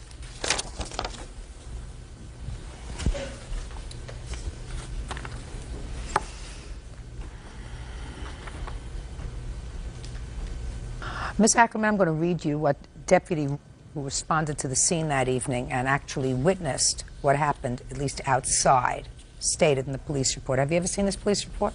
Yes, I Sure have you have. heard what was in it. Yeah, you heard what from your attorney, I assume. Is that right? Your attorney who told you, "I can't represent you anymore, I'm not wasting any more time on this case." Is that right? No, that is not correct. Yes. I assume that's why you're here and he's not. Deputy stated Ackerman was very drunk. She smelled strongly of alcoholic beverages. Her movements were slow and uncoordinated, and her speech was slurred. He asked Ackerman what had happened, and while she was trying to explain, she swore, staggered, and pushed him in the chest. That's the police officer. Ackerman was trying to explain to the police officer how she was pushing her boyfriend inside the bar. Police officer asked her not to touch him while she was talking to him. Ackerman nevertheless pushed him 2 more times, and he considered arresting her for being drunk in public. Ms. Ackerman, you don't have a case. Seated, gentlemen have seats. All right, Ms. Moshesky, you received an inheritance when you turned 18 years old, and you proceeded to act like an idiot with the money when you got it. Is that a fair statement? That's correct, Your Honor. How much did you get? A couple $100,000. A couple of hundred means 200,000? Correct. Was it more than 200,000 or less? 225,000. How much do you have left? 0. How old are you now? 20. How long did it take you to blow the 225? Less than a year. Is this the ex-boyfriend? That's correct. How much did he get? Whatever he wanted. And this is the ex-boyfriend's brother? That's correct. According to you, you made a loan to the ex-boyfriend's brother for a truck down payment that he wanted. And that was $1,000. Correct. When did you give him the $1,000? On June 27th. Of what year? 2001. And now you want $1,500 back, $500 for interest. Correct. That you don't get. You have a loan agreement with him? It was a verbal. Tell me about it. The ex-boyfriend had asked me to give him his brother the money, and I did. And he said that he would give me the money back. Who said he would give it back? The brother. I mean, this guy right here. Correct. He said, quote unquote, I will give you the money back, regardless if you break up. You will get your money back. No, ma'am. Tell me what happened. Well, what happened was me and her went shopping that day, looking around for pickup trucks. Mm-hmm. Finally, I found a truck. Well, later that evening, we went out to, I think it was... Wait just a second. Don't go later that evening. You jumped over something. Well... You saw a truck that you liked. Yes. And how old are you? 20. So when you were 19, you saw a truck that you liked. You said, how much is it? Yeah. Yeah, yes. Yes, ma'am. Uncross your legs. Yes, ma'am. So you said to the man who was the salesperson, how much is this truck? Mm-hmm. And what did they tell you? It was $12,000. Did you talk to her about the truck? Yeah, some. What did you say? I said I liked it, thought it was nice. And what'd she say? She said, yeah, it's pretty cool, whatever. Good. And didn't talk about any specifics? No. Okay, what's the next important thing that happened, Mr. The next Howland? important thing is that I had mentioned to her, I said I ought to go to my parents and get a loan for $1,000 or something like that to put down on the truck, because I'd already talked to the bank earlier, and they said you could need at least, $1,000, $1,500, as much as you can put down would be great. So we went, and we went out. We were going to some bar or something like that, where it was like a backyard bar. Me and her were out in the truck. And Kenny came out. We got in the truck. She was taking us home. When we got to my house, she turned around. She handed me a check for $1,000. I looked at it. I said, look, I cannot take this money. I said, I can't pay you back. And she said, look, she said, don't worry about it. If you can't pay me back, it's no big deal. She said, if you can, that's great. If not, no problem. How much money in the course of the year that she was feeling pretty flush did she spend on you and your brother? She never really spent money on us. I mean, she'd say, hey, let's go get a four-wheeler or whatever. Let's go get a what? Four-wheeler, ATV, four-wheeler. So listen to me, four-wheeler. Wheeler, yes. Yeah, go ahead. ATV. And they drove right down there. She picked out the one she wanted, wrote a check for it, loaded it in the truck. We'd go to San Antonio. She'd get the nicest hotel room, take everybody, 15 people out to dinner, $500 dinner checks. Did you buy anything for these two guys in the year that you were feeling pretty fresh? Tell me what. Well, I have the summary from the bank that shows the ex-boyfriend, the defendant, Kenny, his personal bills. I was stupid. I did waste the money. Kenny's personal bills. And I have a copy Anything of the else? check. I have a copy of the check. This isn't a whole bunch of money. This is just some money. Kenny's personal bills. Correct. Kenny, she paid some of your bills at one point in July? Yes, ma'am. Why? Because she wanted to, I guess. Well, what were you doing? Ma'am? What word didn't you understand? I couldn't hear you. I'm sorry. Stand up. You hear me better when you stand up. Why didn't you pay your own bills? I don't know. She didn't have the money. Don't help him out. You still have the truck? Yes, ma'am. She doesn't have any money left. Yes, ma'am. I mean, she was pretty stupid. Yeah, she should have managed her money better, I guess. Right. If it would have been a loan, she would have made me sign a note or something. Sit down. Sit down. I didn't get there yet. I said, when you needed money to buy a truck, she gave it to you, right? Yeah. And now she doesn't have any money because she was really foolish. She blew it. But now she needs some help. Don't you think it would be nice for you to help her by giving her back the money she gave you? Well, yes, I would, but it's, I mean, it goes, it's a long line of how do I say it? Craziness, I guess. Well, why don't you tell me about the long line of craziness? One night, let's see, me and my brother went down to the beach, and constantly they were just, I mean, they were always fighting, always fighting. Well, me and my brother went down to this beach. It was a fishing trip, and only guys only. And she wanted to go, and she wanted to go, and Kenny told her no, so she was mad that she couldn't go. So while we were down, she called probably 300 times on the cell phone, you know, calling, just arguing and everything. This, I assume the story has a point. Yes, yes. Well, anyways, we get back to the house where she's calling.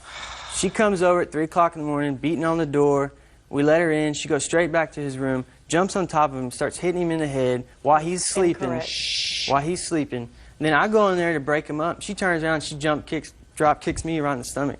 Yes. And so we asked her to leave, and then that's when they broke up. She never said anything about it. Why don't you get to the point of my question? That's the whole point. I mean, it's why should I help her out from all that? Because she helped you. That's why. That's what I asked you, sir. I said she helped you when you needed some help buying this truck, and now she's down and out and doesn't have any money. Wouldn't you think it was the moral thing for you to do? Yes, I do. To give. That's all I'm asking you, and you gave me a whole story that had nothing to do with my question. Okay. All I'm trying to do is to teach you at your age. Don't laugh because you look stupid. Do I? Yeah, you do. You do. You really do. That's cool. All I'm trying to do is to suggest to you that, you know, you have a long life to live, and there are certain things that moral people do, and there are certain things that people who are amoral do. Amoral means not moral, in case you didn't know that. So, and I'm suggesting to you that she doesn't have a legal case against you because I don't believe this was a loan. But right now, she's in a position where she blew her inheritance. Somebody probably worked very hard to put together this $225,000 that they left to her. So it seems to me, if you're a moral person, you will say, I don't have any legal obligation to pay her back, but I do have a moral one. Yes, ma'am. And if not, then you'll grow up to be a bum. Your case is dismissed. Thank you. Thank you. Parties are excused. You may step out. Well, I dated the defendant. He was emotionally as well as physically abusive. Just glad it's over and tired of the phone calls and harassment from her. He just used me for my money. It gets annoying when every time you pick up the phone and starts saying, where's my money, where's my... He disappeared. The week I ran out of money, just completely disappeared. I was worried. I bent down to kiss him. He turned his head, so I hit him. She's just crazy. I'm glad it's over with. I don't want to have nothing to do with her ever again. And now the next case. All parties in the matter of Walker versus Smith. Step forward, please. Office manager Charvette Walker is suing teacher Velma Smith for the cost to fix her car. Velma says the damage is Charvette's fault. Miss Walker, you're driving in your car, and you see Miss Smith, who you know, she used to be your son's school teacher? Yes. And she evidently was having some car trouble. Correct. You pulled over, and you said, what's the problem? And she said to you, my car is stuck. And she asked you if you could push her car so it was out of the intersection. Correct. Is that right so far? No, Your Honor. No, it's not. You didn't ask her to help you? Yes, but not in those words. I don't care if it's in those words. And I mean, I wasn't there. I'm giving you general. Can you help me? Could you help me get my car, push my car out of the intersection? Is that a fair statement? And according to you, you did use your car to push her car. Yes. And you say that your car was damaged. Correct. And you want her to pay for the damage to your car on the bumper and one of the lights as a result of you pushing her car. Correct. Tell me why she should pay for it. Because as we pulled up, she was standing out there flagging down traffic, and I did pull over. And she said to me that she had been standing out there praying that the Lord would send someone to help her, and that he had sent me. And I asked her, well, what do you need me to do? She was sitting it's like a highway. There's nowhere to park there, and she was blocking traffic. So I did tell her I didn't want to push her with my car, but I would, help her push. She said, oh, no, we can't push the car.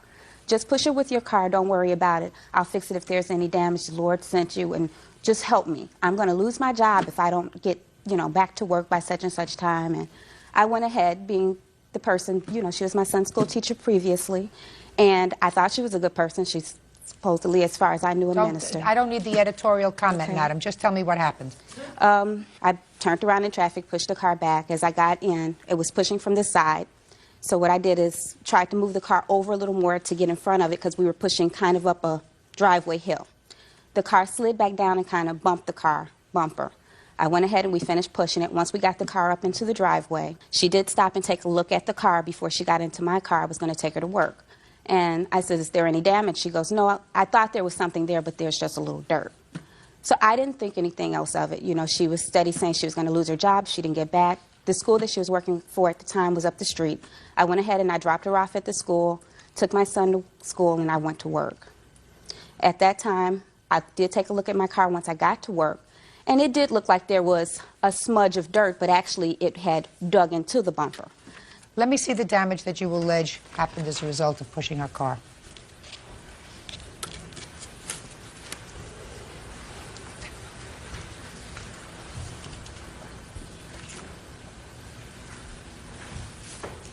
Now I'll hear you. She stops the car, and what does she say, and what do you say to her? She asked me what could she do to help. I told her that a passerby had been by, that we needed to get the car up the small slope. I did not state that I was going to lose my job or anything of that sort. Never told her that if there was any damage, I would pay for it.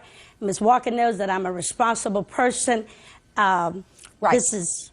The only question that I have, Ms. Smith, is did you say to her, if there is any damage to your car, I'll pay for it? No, Your Honor, I did not. Then, Ms. Walker, she's not responsible for your car. She did say that, Your Honor. She was so busy ranting and raving at that time and needing help, she probably doesn't remember what she said. Judge Judy continues in a moment. I had an hour in between to get back to school. We're not talking about that, madam. You're skirting all around it. You're not teaching a class. Real cases, real people. Judge Judy. Office manager Charvette Walker is suing teacher Velma Smith for the cost to fix her car. Velma says the damage is Charvette's fault. I believe you when you say that you didn't say to her, if there's any damage to your car, I'll fix it. Because you don't even anticipate there being any damage to your car. Because if she anticipated there being any damage to her car, she wouldn't have stopped to push you. But don't you think it's a moral thing to do to pay for the damage to her car? Certainly, Your Honor, if there was a scratch there, I most certainly. But there would have was. done that. No, it was not, Your Honor. I was the last person to see the car. Mrs. Walker's son is here, my former student. This is very difficult for me, for him. If you would permit, I would like him to, if you would mind, for him to be out, because he can even see. Absolutely. Take the child outside, please. Come on.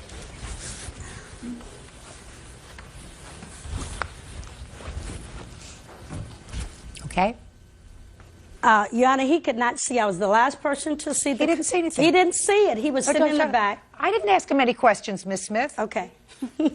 All right, Your Honor. For a person who's standing here lying, this, if I may, Your Honor, is the same person who wrote this for me. May I? Sure. Ma'am. Ma'am. Okay. Yeah.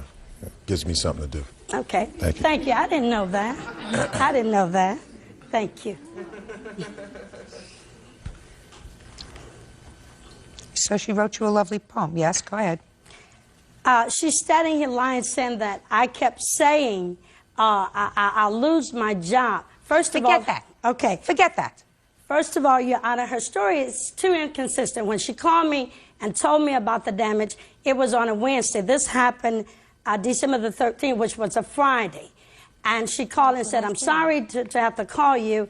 If though that she knew I had to go back to school, I did not tell her that. I had an hour in between to get back to school. We're not talking about that, madam. All right. I'm saying to you, because you're skirting all around it, you're not teaching a class. I said to you, I believe that you did not say to her, if there's any damage to your car, I'll fix it. I am telling you that I believe that this happened as a result of pushing your car. Don't you believe it is the moral thing to do to pay her for the damage to her car? No, Your Honor, there were no scratches on the car. There was none.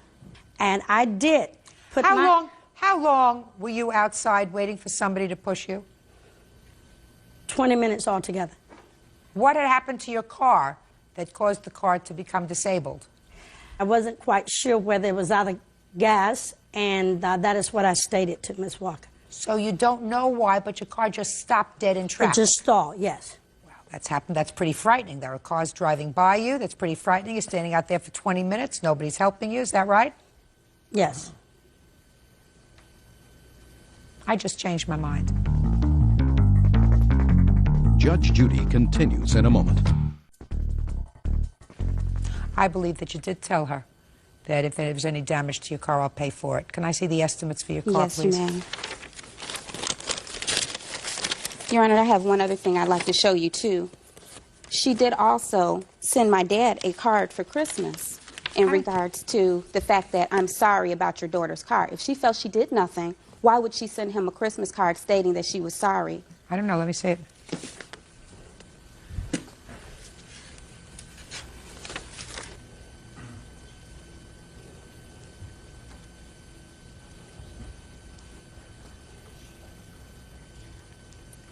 Ms. Smith, let me tell you why I changed my mind about you saying to her, if there's any damage to your car, I'll fix it, because you're out there in traffic, and you're very upset. Car's not moving. People are whizzing by you. Nobody's coming to your assistance. Ms. Walker came by. I believe that she first offered to help you push the car without the use of her car, just the two ladies trying to push it. You said, no, that won't do it because you're going uphill. So I believe that in the excitement, you might have said to her, I'll push it. If not, morally, you should take the responsibility to fix her car because it's the right thing to do. Judgment for the plaintiff in the amount of $398.83. Thank you. Thank Parties you. are excused. You may step Your out. Honor. Yes. I also had rental car expense. Okay. Thank you. Quite welcome. Parties have been sworn in. Judge, you may be seated. Ms. O'Neill, you and the defendant were engaged to be married, and according to your complaint, the defendant used your credit cards. You had not given him permission to use the credit cards, and he racked up bills in excess of $5,000. Correct. The defendant says that he had the right to use your credit cards. You had given him permission. Correct. You have a counterclaim, sir, that it's a whole potpourri of stuff. You claim that you put a lot of money in a truck that she kept and some other stuff, which you will explain to me later. Miss O'Neill, when were you and the defendant living together? He moved in late September. And tell me about the credit cards. The credit cards are in my name and my name only. The credit cards had a zero balance, and I took the defendant once to go shopping for his children for Christmas presents. I was aware of that and I'm not disputing those charges. And we also had put a down payment on my ring on that same credit card. He said it was his responsibility, and so when the statement came, he would make the payment directly to the credit card company. He'd give the envelope to me sealed, and I would mail it from my place of business, and so on and so forth. He took the bill sealed? He took the bill, he sealed and I'm assuming opened it to pay it, but I never... But you never opened the bills? I didn't see the bill because, again, it was his responsibility because it was presents for his children and, again, for the deposit on the ring. I didn't see the statement because I had nothing on there at that time. And, Your Honor, I really do feel like this matter was something that was brought forth premeditated. I think that he... Okay, so let's get to the story and then we'll discuss whether it was premeditated or not. Okay. I had the credit cards put safely in my bedroom because I was not going to be... Well, so far you had one credit card that he used. What about the... You said right. Now you had There's another a second credit card that had gotten mailed to me that I did not use anything for. We took one trip to Tahoe that we did use. And again, I'm not disputing those charges. We charged about $150 that weekend. So what had happened was I placed the Visa in the headboard of the bed, and then when the MasterCard came, I also put it with that as well. When did you discover that there were excessive balances on the credit card? On March 27th, I received a notice that there was a certified letter at the post office waiting for Jason that was for a storage unit that I had had my bed in that had all of his other belongings in it. So I was a little suspicious because obviously it wasn't a Christmas card, it was probably an eviction, and that means that he was back a couple months. So I confronted him that evening, and I asked him, how are we doing on the bills in general, my ring, the storage, little things like that. He said, oh, honey, we're caught up, we're fine, and he also got offended that I would even ask him something like that. So he was at that point lying to my face. So that morning when he left for work on the 28th, I went through a side of his bed that there were drawers that he kept a number of receipts and tax return information.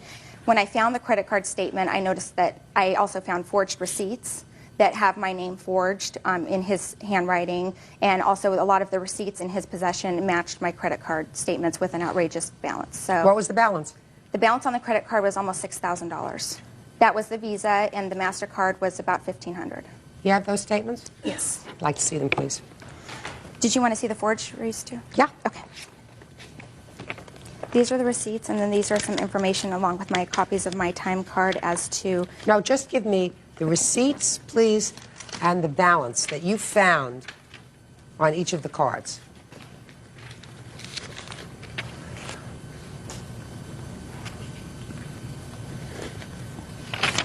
Am I correct that there was some cash withdrawals as well? Correct. And I've never made a cash withdrawal, and I don't know how he got the PIN, but my name's Aaron, and he had commented once before that he had called for insurance purposes on the truck, that he used my name, Aaron, and he thought it was kind of humorous that he could get information using my name. And so I'm assuming he might have used that method to obtain a PIN number, because I don't know my PIN. I've never used cash advance. Did you ever get a PIN number yourself? I never received one myself. I don't know if one was ever mailed or, because I don't use that. And Your Honor, on a lot of the forgeries too, he's misspelled my name, so. Okay, your turn. Okay. Your Honor, I have some proof here, some letters here showing that she did give me permission to use the credit cards. Mr. Valley, let's start from the beginning, sir. I want you to start with where you got the credit cards from, when you took them out and used them and signed her name. Your Honor, I used the credit that she gave me, the credit cards to hold in my wallet. There was nothing in, no coverage or nothing like that. She gave them to me when we go out at night and stuff like that. She didn't want to carry a purse, so she gave me her driver's license and her credit cards. Sometimes she'd have a little too much to drink or something like that. We're checking out, okay, and it's like, we're signing away, and she'll say, just sign the credit card. I didn't think this was a problem. I had no idea. I always had the credit cards in my possession because when I first met her, she used to keep her credit cards in the freezer in a bowl of water, okay, because she had using the credit cards too much. She racked up bills and stuff like that. Yes. When I first moved in, she says, okay, pay minimum rent, here's my credit cards, you pay off your credit cards, okay, and she says, well, I have a better interest rate that let's use my credit cards when we need them, as long as you pay me back. And I was making the payments, I was paying them back. There we go. As long as you pay me back. Yes. Okay, you see, you keep talking. Sometimes if I let you keep talking, and you stick both feet in your mouth. So, you acknowledge, sir, let me take your best case scenario, that you used her credit cards, but the agreement was you would pay for those credit card bills. Correct. So why didn't you pay them? I was paying them. I have proof here that I was paying them every month. How much were you paying? Okay, I was paying $140 a month. So therefore, Mr. Valley, you acknowledge that you owe her $5,000. No. Well, explain that to me, sir. Because either you took the credit cards, pay attention to what you just said, either you took the credit cards, as she says, without her permission, or you had her permission, but your agreement was that you would be paying a minimal rent and you would take care of all the charges on the credit cards. That's what you just told me a moment ago. So explain to me why you don't owe her $5,000. I was to take full responsibility of what I put on the credit cards, Your Honor. That's not what you told me, sir. Well, that's I mean, how does that work out? You order 2 egg roll, you pay for yours and you don't pay for hers? No, Your Honor. You you put gas in the car, you split that down the middle? How does that work? Judge Judy continues in a moment. Chevy pickup, when we purchased it, it was bone stock. No, I purchased the truck. He has credit worse than a 2-year-old. And later today, I apologized and I told her I was late on the payment and that I would get to it. She... Talk. Did you make March's payment? No. Real cases, real people. Judge Judy. Aaron O'Neill says ex-fiancé Jason Valley forged her signature to make unauthorized credit card charges. Jason says he had permission. Go ahead. If you look on the credit card statements, it shows her charges, then my charges, her charges, then my charges. I'm talking about your charges, which are in excess of $5,000, sir. Not her charges, the charges that you made, whether it be for gas or restaurants or anything else. Now, are you telling me now that your agreement was that you would split those charges 50-50? We never had that agreement, no. So your agreement was that you were supposed to pay the credit cards? For my charges, yes. Right. All right. So we just took care of that. Give a guy long enough, and he always just gets right in there. All right, Mr. Valley, now let's get to your counterclaim, sir. Let's start with this truck that you say she owes you money for. Back in October, we purchased a 98 Chevy extended cab four-wheel drive together. Okay? My financing wasn't going to be the greatest. She said, let's put it in my name. We'll get a cheaper finance rate. The Chevy pickup, when we purchased it, it was bone stock. It was no add-ons, no nothing. I purchased lift kit, all kinds of accessories, and when we broke up, she came to my shop saying, I want the truck. I said, that's not a problem. I will take my stuff off. I will put your tires back on, do whatever has to be done. No, I want it now. I said, well, I'd like to have my property. And she says, no, take me to court. Yes. Okay. We purchased the truck? No. I purchased the truck. He has credit worse than a 2-year-old. I purchased the vehicle myself. Who's making the payments on the truck? He was making the payments on the truck, which I also show that he was also delinquent on the payments for the truck. So I had to pay $500 just to get current when all of this happened. Who's making payments on the truck now? He was. Oh, I am. Now? Oh, I am. Okay. Is the truck in your name? Yes. Always has been. Did you ever make an arrangement with him that he would be reimbursed for any additions or any modifications that he put on the truck? No. All right. Now let's leave the truck for a minute. Did you enter some sort of a contest with him? Yes. All right. And that's the last part of your counterclaim, sir, that she owes you for half the prizes that were awarded to you as a couple from this dream wedding contest, which turned out to be not a dream wedding. Nightmare. So, tell me about that. We won gift certificates to different places like jewelry stores, and it was like $3,000 in gift certificates. Okay. You want to respond?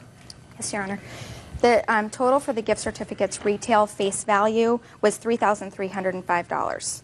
None of the gift certificates have been used. I have sold about half of them in retail value, and I have had $1,200 from those gift certificates, and I'm also showing that... Show it to him, as a matter of fact, first, before you give it to me.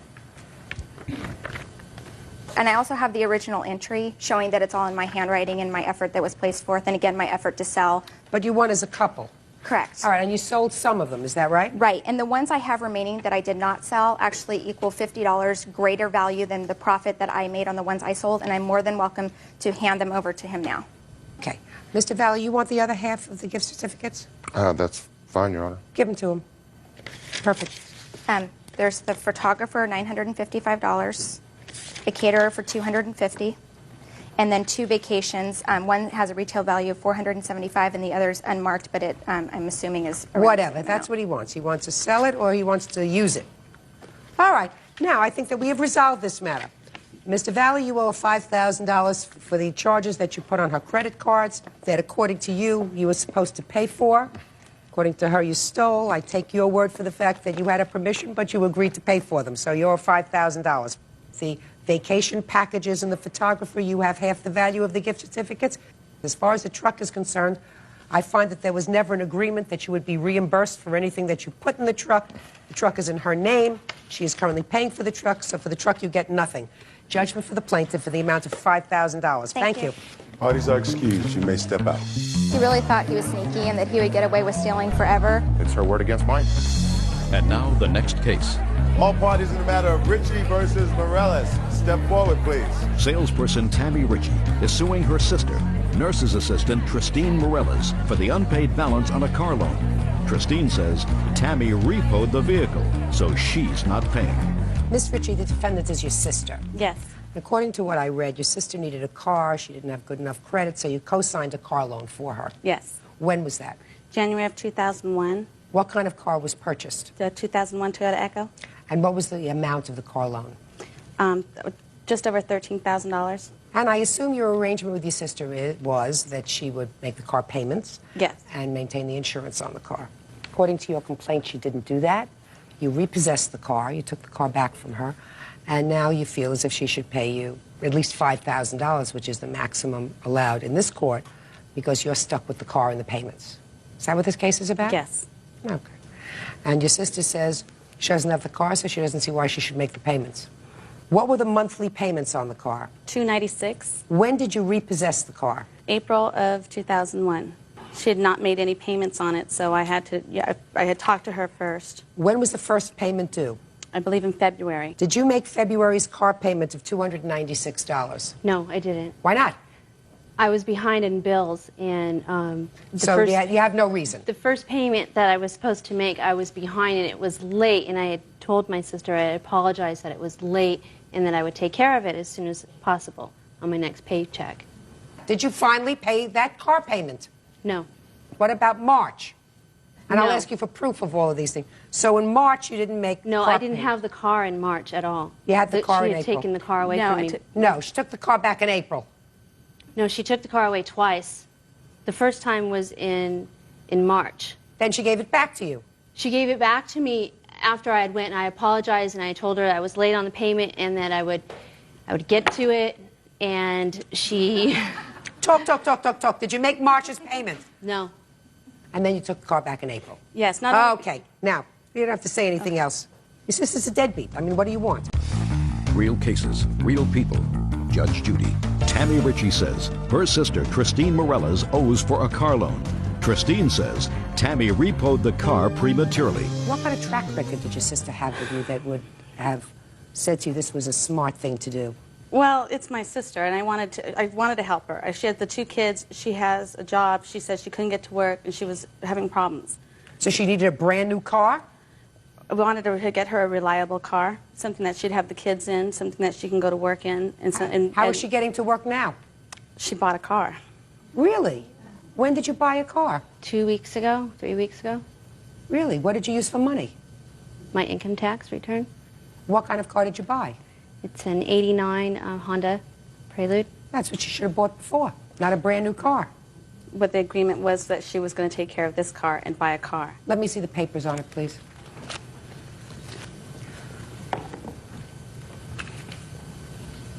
You want all this? Yeah, let me take a look at it. There you go.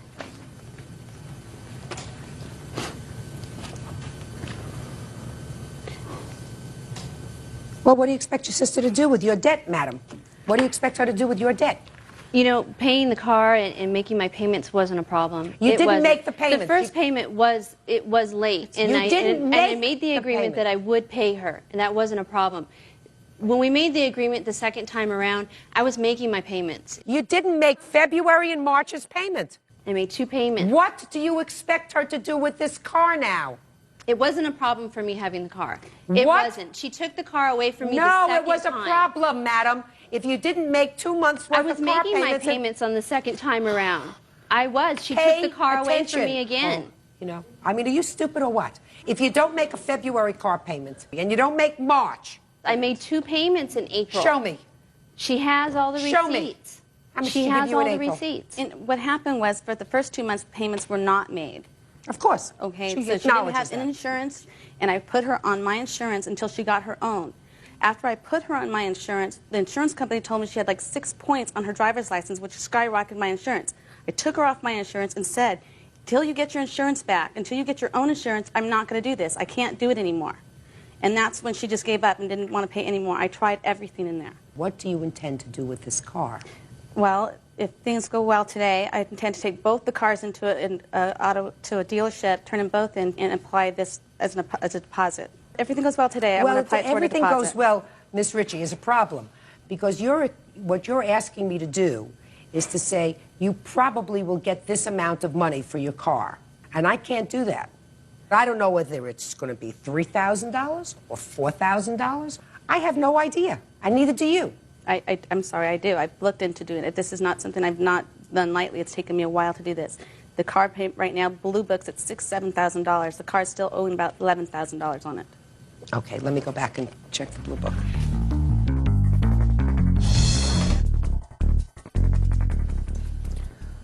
The old trusty Blue Book, $7,700 in fair condition. Good condition is $8,825. So let's say it's $8,000. Did your sister give you any money whatsoever towards the car? $300 total. Okay. Your Honor, on the Blue Book value, that's maybe Blue Book, but you can't trade it in for that value. Listen, I can do the following. I can make an award for you today of $440. If she gave you $300, she owed you $740. And then what you can do is you can go and sell the car, and then you can refile your lawsuit. What is your pleasure? I can't speculate. I will sell the car. Parties have been sworn in, Judge. You may be seated. Ma'am, have a seat. Miss Michaud, according to your complaint, you and the defendant had at one time been friends, and then there was some sort of a tiff over a boy. But there came a time when you were sort of having a girls' beauty day. You were at a friend's house, the defendant was there, everybody decided to color their hair. According to you, the defendant applied a hair dye on your hair. Is that right? That's correct. And then you stayed home, and she and some of the other girls went out to get some other products. They were gone for a couple of hours. You rinsed out the hair dye. Everything was fine. They came back. The defendant put a conditioner on your hair, and then all your hair fell out. Right? Correct. So you are convinced that she put something in this conditioner that caused your hair to fall out? Yes. What kind of hair product did you use? Was it a product that you had used before? The Yes. dye? The dye was the exact same dye as I had used 3 months prior to this. The same one? The same color, the same everything. Okay, and how long did you leave it on? 45 minutes, like it said on the box. And you rinsed it out? And I rinsed it up. And then you just sat around the house and waited for them to come back? Well, I was watching her daughter. They stopped at McDonald's or something, I don't know. I was watching her daughter, and I was just rinsed the conditioner, well, the dye out of my hair, and waited for them to get back.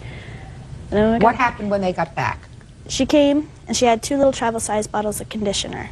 She gave one to Karen and one to me. She asked Karen to put it on her hair, and she told us to put it on her hair for as long as we could stand it. Now, I'm not sure what that meant, but once we put the conditioner on Well, her did hair... you look at the travel-sized bottle of conditioner? Yes. It was the exact same. I've used that conditioner before. It was the exact same kind that she was using. Right. And did you open it yourself? No. Who opened it? Danielle. Were you there when she opened it? Yeah, I was there when she opened it. And you had used that conditioner previously and nothing had happened? Correct. And you put it on your hair and what happened?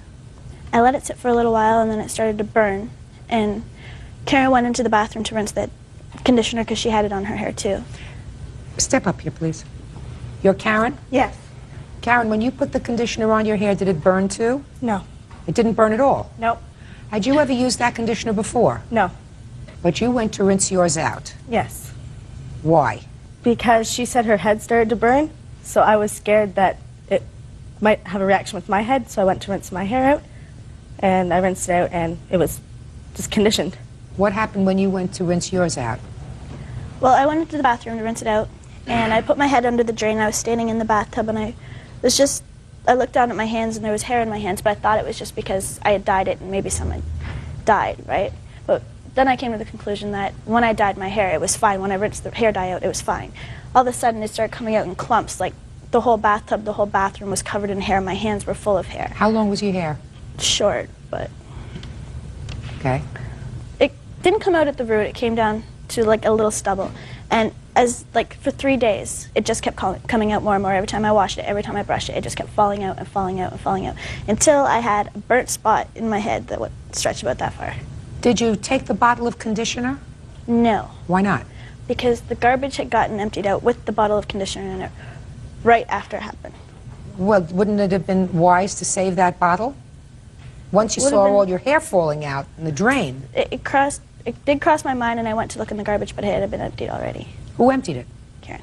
Where did she put it? Oh, I had emptied the garbage can because we had dyed our hair and used the same garbage can. So I have a 3-month-old downstairs, so there's like all the chemical stuff in one garbage can.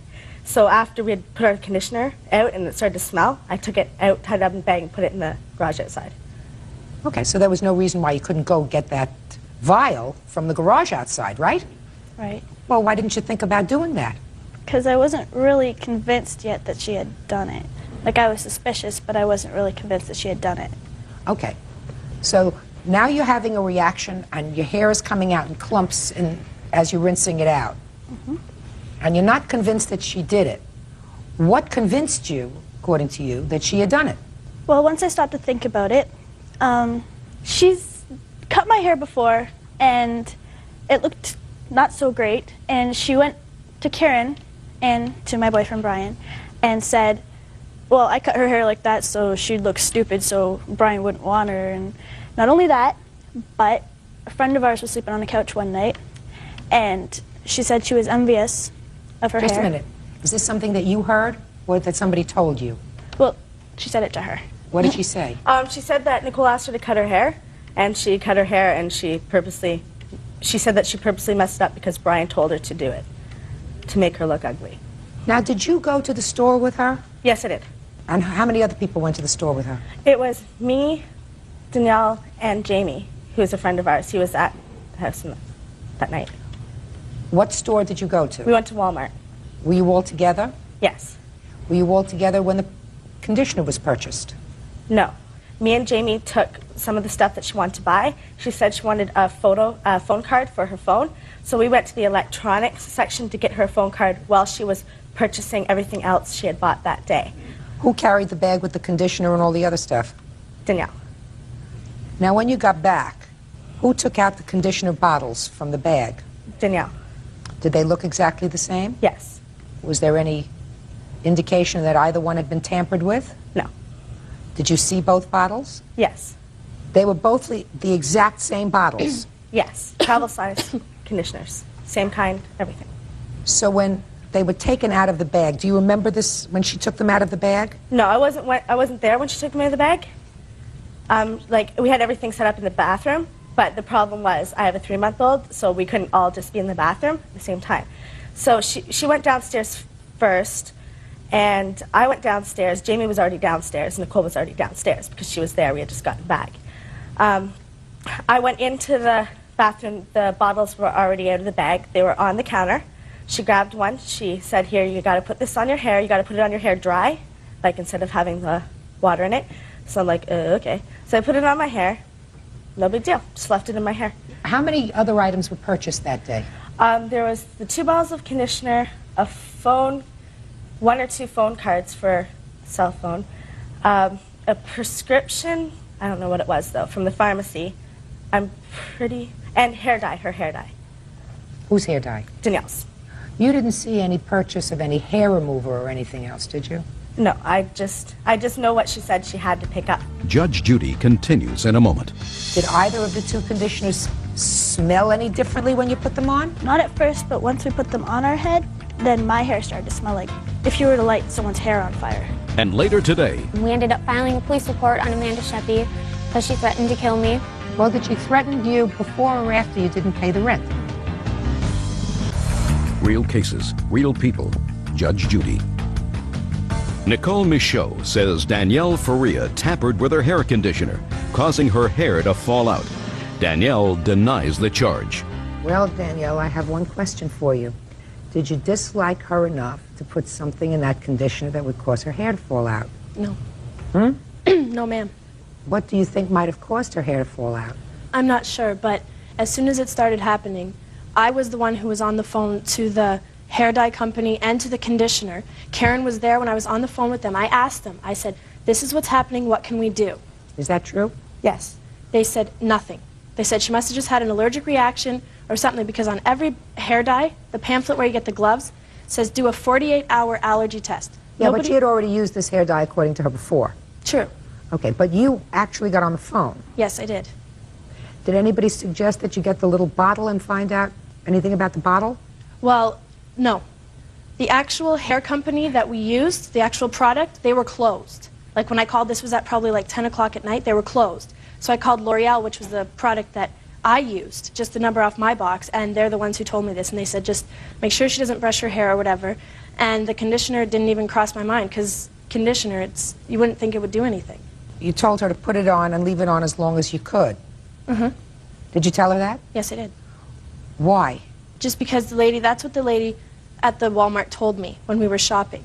I didn't even think of getting the conditioner until we had talked to the cosmetician, whatever she's called, in the Walmart, and she had said that because Nicole wanted to dye her hair black, then put blonde peroxide streaks into it. So I asked her, I said, well, what can we possibly use I know her hair is going to be damaged either way, but what could we possibly use to at least save it a little bit? And that's what she gave me, was those 2 conditioners. You know what your problem is? what you think, Nicole, may have happened. It is possible.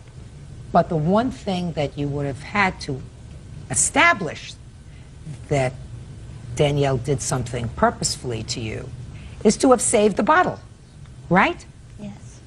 Wasn't put in a trash compactor, it was just outside in the trash. All you had to do was open up the trash, dig in, find both bottles, because you don't know which one is which. You would have had both bottles. They could have been tested to see if there was anything in there. Did either of the two conditioners smell any differently when you put them on? Not at first, but once we put them on our head, then my hair started to smell like, if you were to light someone's hair on fire, that's what it started to smell like. The entire basement smelled like burned hair. And hers smelled fine. Just smelled like regular. And hers smelled fine. Yeah. What kind of dye did you put on your hair? Same as hers, nice and easy. Were you planning on putting blonde streaks in your hair? I was, but I hadn't gotten that far yet, because she had given me the conditioner and said, if you put this on your hair, then it'll stop it from dyeing when you put the blonde streaks in. And so I did. Do you understand what the problem is? I mean, what you're accusing her of is a serious, really a serious assault. Tampering with a product in order to cause danger to you. I don't know if that's true. I mean, she purchased the product. There was no indication that they were tampered with before it was put on your head. Is it possible that she went into the store, purchased these 2 vials, went over to a different area, picked up a hair remover, poured some out somehow, right? Filled up your bottle with, or part of your bottle with a hair remover. I mean, is that possible? I think it is. It's possible. It's unlikely that somebody wouldn't have seen all this activity going on in the store, right? It's true, but we never really asked anybody in the store if they'd seen anything weird. Well, if you never asked anybody, then that's your problem, because you're suing her. You go into the store and you ask a question, and you get the evidence. The proof is in those little bottles.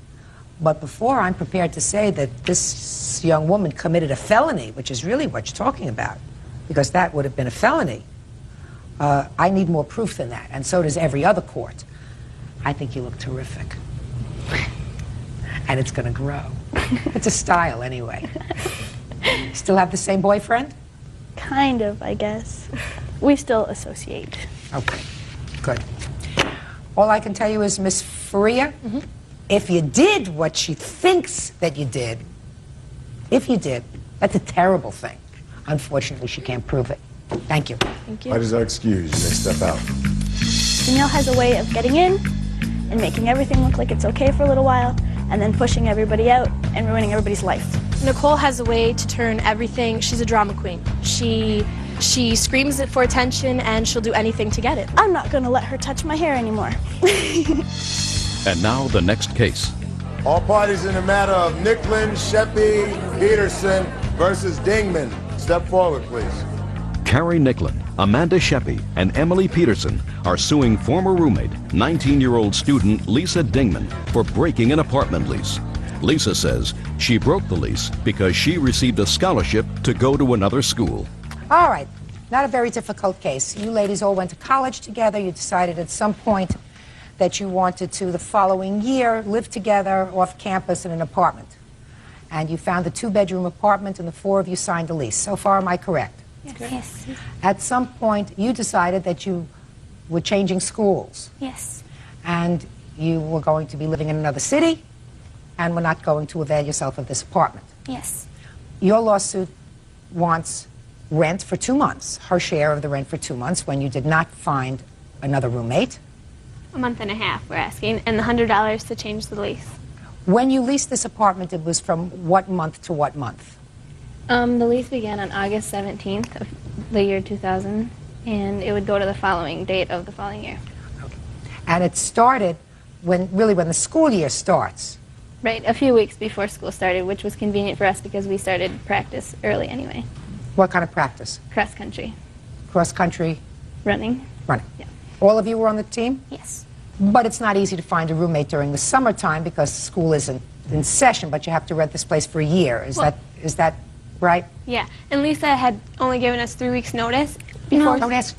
I just answer my questions. Judge Judy continues in a moment. Well, do you think that this is reasonable? After what they put me through, no. I'm not interested in what they put you through.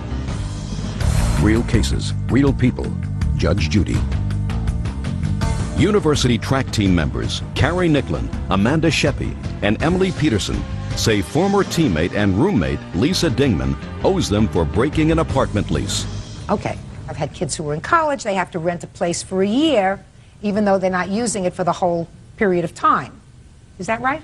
Okay. So, and people aren't there before so that, you know, you could fill in immediately. You have to wait until people start coming back and looking for another place to live. Now, why don't you think you're responsible for this month and a half and for, according to the plaintiffs, the $100 that they had to pay in order to change the names on the lease? Because when this started, I did offer to pay the $100 to change my name, but they have put me through a lot of stuff. We ended up filing a police report on Amanda Sheppy because she threatened to kill me. And Carrie Well, Nicklin, did she threaten you before or after you didn't pay the rent? This was before. We had a meeting at Emily Peterson's house, and I brought along a list of options that I said that I would be willing to help them to help this situation out. Well, what kind of options did you offer? I offered that they can go with the three of them, and the monthly rent would go from $720 to $620, and they would each only have to pay $26 extra a month. Why should they have to pay anything extra? Because I was offered a scholarship to go to another school. Yeah, but they're not responsible for that. You are. Okay. Another option that I gave them was that if they wanted a fourth person, I would be willing to find them a new roommate, and then I would pay the $100 to take my name off of the lease, and I would pay $100 to put somebody else's name on the lease. And they would not agree to that either. Well, that's reasonable that they wouldn't agree to that. I assume when you rent a two-bedroom apartment, that means you're going to be sharing a room with somebody, and they want to be able to choose somebody that they are compatible with rather than having you go out and find somebody that may not be somebody that they can live with. Judge Judy will continue in a moment. Do you think that this is reasonable? Well, I felt that if I left it up, like if they were to find another roommate and I did not help out and all, that they would drag this on for the whole year, and I wouldn't be able to afford to pay $100 a month living someplace else. Of course, you're absolutely right, but they didn't do that. They found somebody almost immediately. They did not inform me of that. Well, but they did. Certainly when you received the summons to appear in court, you realized that it was just a month and a half, that they were out your share of the rent, so they found somebody immediately. Yeah, when they first were going to summon me to court, it was for $665. And that I did not think was reasonable at all. Well, do you think that this is reasonable? After what they put me through, no, I do not. I'm not interested in what they put you through. $370 is a month and a half's worth of rent and $100 to change the name on the lease. Yes. Is that right? Yes. Lovely. Judgment for the plaintiff in the amount of $370. Parties are excused. Ms. versus Mosley. Parties have been sworn in, Judge. You may be seated. Young folks, have a seat, please. The mothers were not at this birthday party, is that right? That's correct. But from what I read, and I will speak to the children who were involved, you are suing Miss Mosley because, according to your complaint, the actions of her son caused your daughter to break her foot. That's correct. And you are suing her for $5,000 for sordid medical bills and, I assume, some part of that for pain and suffering. Is that right? Correct. Well, I have to figure out what happened. So I'd like the two of you to have a seat, please, while I speak to the children.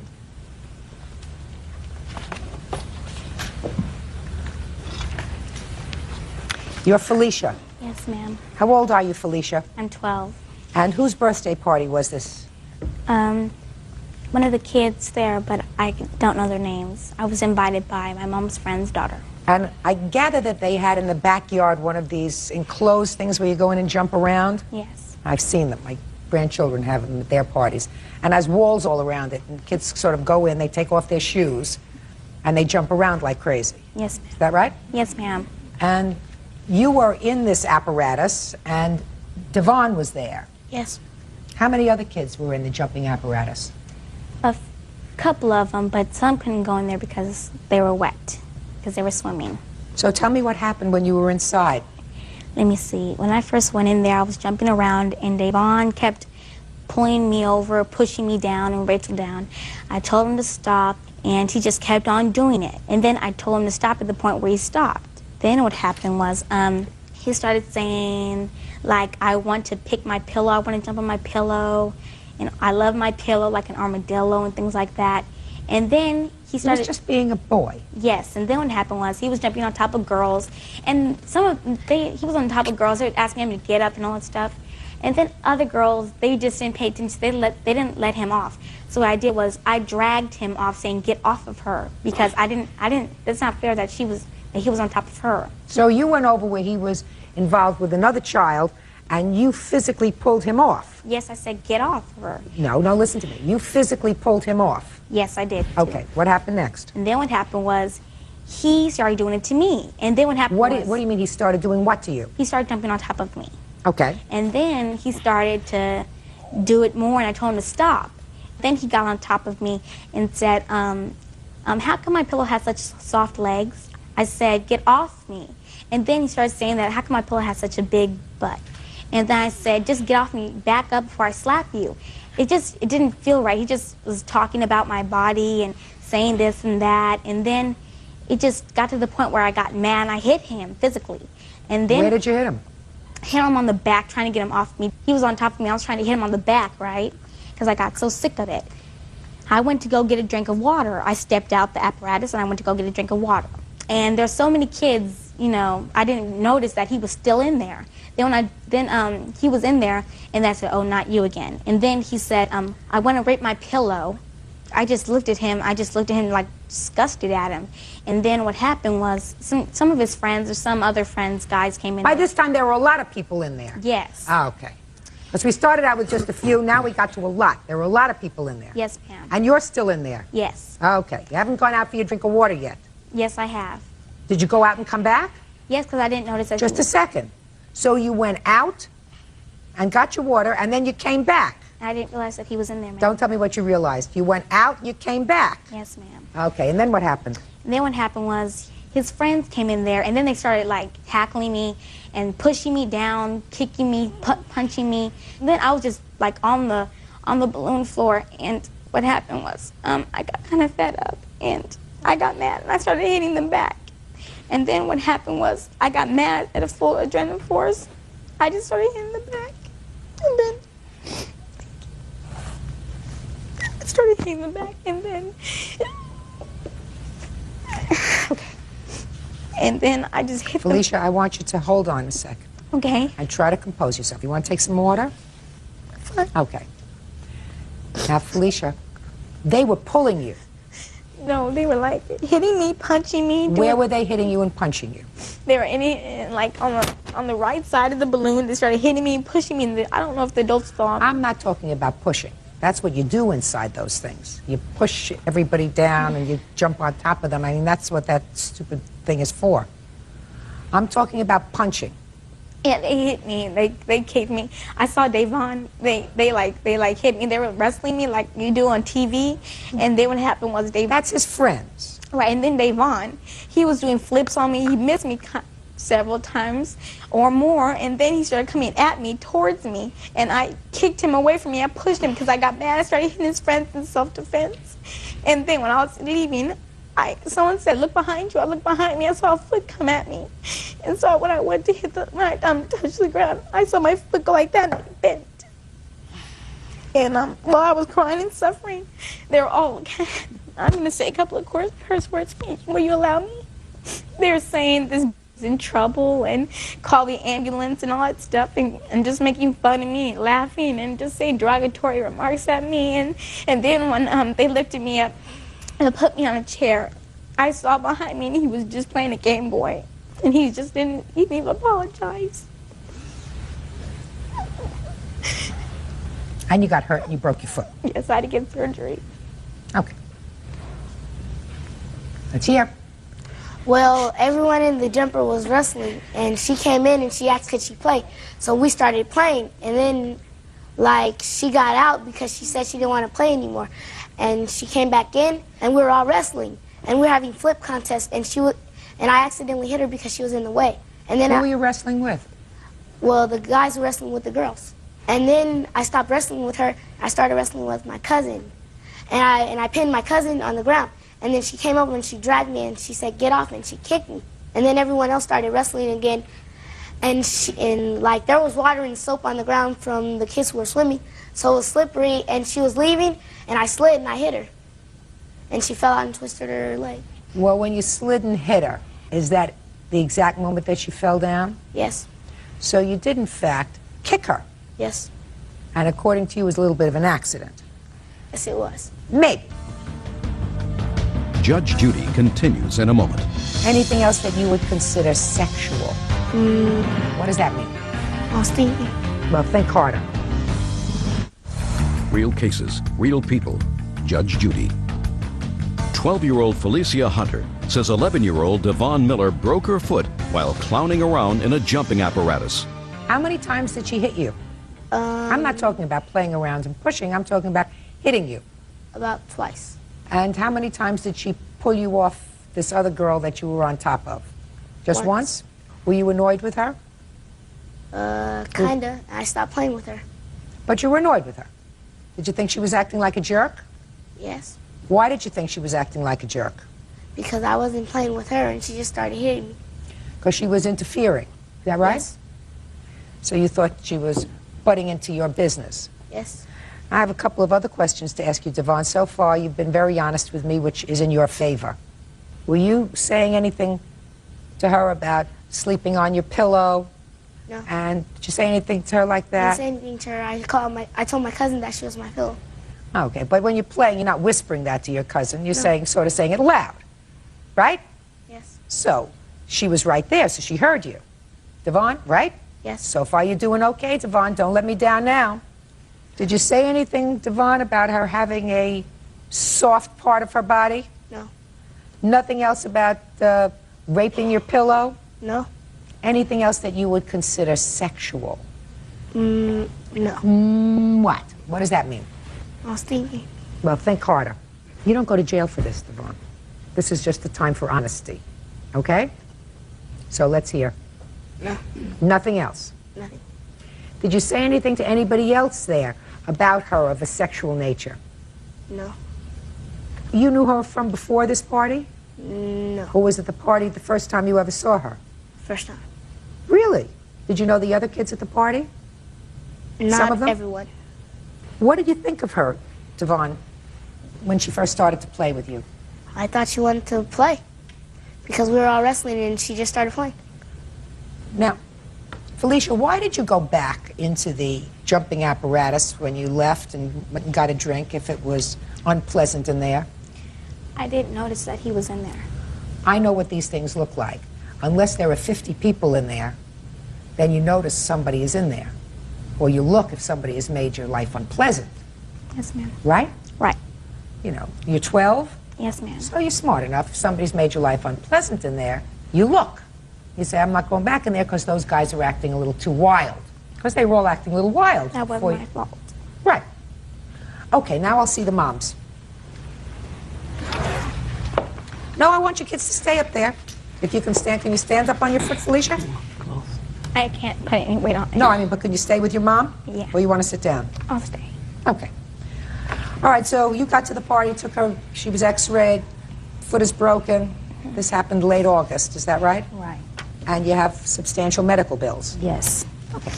Do you have health insurance? Yes. What were your unreimbursed medical bills?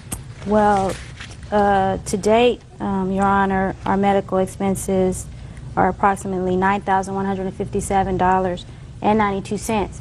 And I don't know if that is the extent of that. $9,000 if you have medical insurance is not going to be your bill. Well, yeah, that is the total. That's the total amount of bills that have come into the It's not what I'm talking about, Ms. Okay. Hunter. 20. Okay, You I have insurance. That's correct. And you are going to use your insurance because that's what insurance is for. That's correct. What kind of plan do you have? 20% of the contracted fees. Mm-hmm. Plus a $250 deductible. Okay, let me see that, please. Which, what, the bills? I want to see the bills in your contract where it says that you're responsible for 20%. Okay. Here are the bills. And this is a summary of our medical plan, and this is the plan that I'm under. I circled it.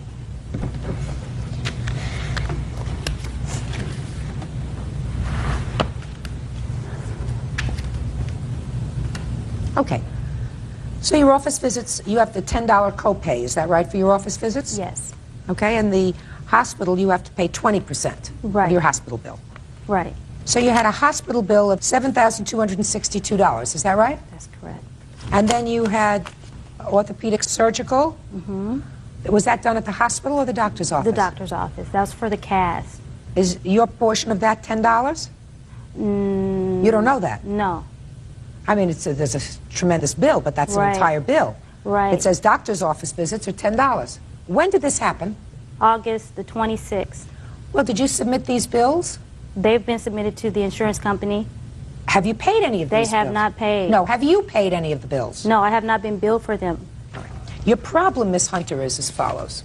You want the defendant's mother to be responsible for $5,000, and I have no idea of what your out-of-pocket expenses are going to be. Well, I'm not suing.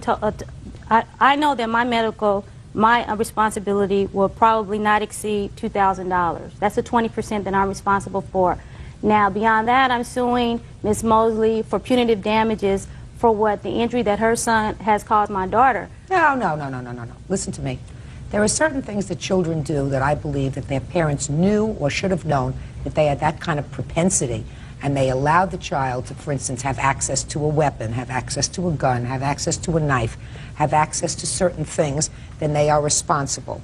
When you send your child to a birthday party and they choose and elect, at your daughter's age, she's a big girl, she's 12 years old, to go into an apparatus where kids are acting like fools, 12-year-olds, they're jumping all over each other. According to your daughter, she was the one who first put her hands on him. I mean, other than in play. She didn't like the way he was on top of another girl. She dragged him off. She slapped him at one point. Now, I'm absolutely certain that Devon, although he did a very stupid thing, didn't mean for your daughter to break her foot. Judge Judy continues in a moment. He put his hands on me and on my legs, and then he pushed towards me. That's and I what fell. kids do in that thing. You stay there for a long time. Real cases, real people. Judge Judy. Felicia Hunter says she was harassed and assaulted by 11-year-old Devon Miller.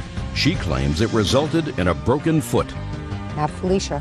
Your Honor, I have something to say. What? Beginning when I first entered, he put his hands on me and on my legs, and then he pushed towards me. That's and I what fell. kids do in that thing, Felicia. That's what you get in there for. You stay there for a long time. If you went in there and the kids were jumping around and pulling you down, at your age, you say, I don't like this kind of game. I'm going to go out and find something else to do at this birthday party if you didn't like that game. You know that. We're not playing pin the tail on the donkey here. You know, that's a nice quiet game that kids used to play. They don't play that anymore.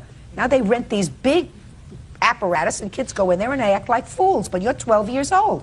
If it was getting too rough, you get yourself out of there. I'm not blaming you for breaking your foot, but I certainly don't believe that he intended to cause you to break your foot, or more importantly, that his mother had any notice or any knowledge that he was going to do something that day to injure somebody, and nor did she provide him with the apparatus to do it. You understand? If a parent, for instance, leaves a set of car keys in the car and leaves a 6-year-old in the car, and the 6-year-old manages to turn on the car and drive, and the car starts to roll and they injure somebody, then the parent is responsible for the action of the 6-year-old or the 8-year-old or the 10-year-old or the 12-year-old. But in this case, what proof do you have that this woman had any inkling that her son was going to do something like that? Well, I don't, but she is responsible for the actions of her child. Just a second. There you are right to this extent, Miss Hunter. There's no question that Devon here gave her a little nudge when she was getting out of the jumping station, right? You say it was an accident, you slipped on water. I'm not so sure, Devon. Judge Judy will continue in a moment. I believe that Miss Mosley would be responsible for your unreimbursed medical bills. He caused the damage. Somebody's got to be responsible for out-of-pocket. And I believe that that should be Miss Mosley. But you don't know what your out-of-pocket is yet. we're going to do this. You wait until you get a statement as to what your insurance paid. Okay. Ms. Mosley, you will be responsible for any unreimbursed medical bills. I can tell you both that you should be able to handle this without coming back to court and say, here are my bills, here are the checks that I was given from the insurance company, here are the outstanding bills, you cover them. Okay. If you can't do that, I'll dismiss your case without prejudice. You can come back to me with the bills and I will order her to pay that. Do you understand? So let's be perfectly clear. You're suing for $5,000. There is no way that I am going to award you punitive damages against Miss Mosley because there is no indication that she knew her son would be involved with that kind of physical activity on that day. Okay. I do, however, believe, as I indicated, that between the two of you, you should not have any out-of-pocket expenses. Okay. Your daughter wasn't too smart. She's not blameless in this thing. She stayed there. She participated in the frivolity, right? Yes. She did put her hands on him. Yes. So I don't believe that either one of these two kids entered that arena that day intending that she end up with a broken foot and all that surgery that was required to make her whole again. Okay. So, do you want me to enter an order that, Miss Mosley, you will be responsible for any unreimbursed medical bills as they are presented to you? Yes. Good. That's all.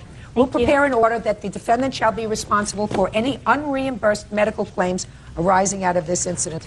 Calendar in the matter of Griffin versus Moore. Thank you, Bert. Parties have been sworn in, Judge. You may be seated. Folks, have seats.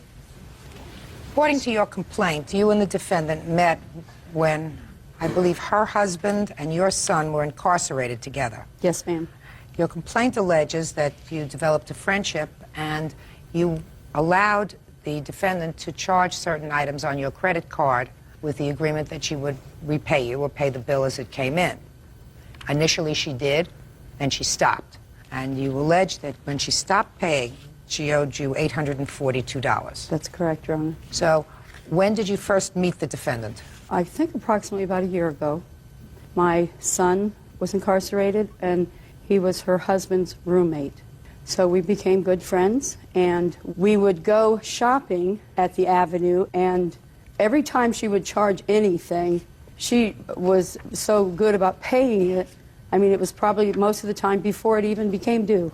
When my son got out of incarceration, she had a type of attraction to my son. It became almost impossible for me to have conversations with her because I did not want to be in the middle. Your Honor, that's not the truth. Just a second.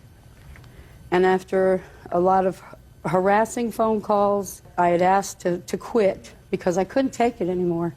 Then at that time, she refused to pay for what was left to be owed on my credit cards. What was left? This is the deposits of as far back as we started this. These are all that she's charged, all she's paid, what she owes is left.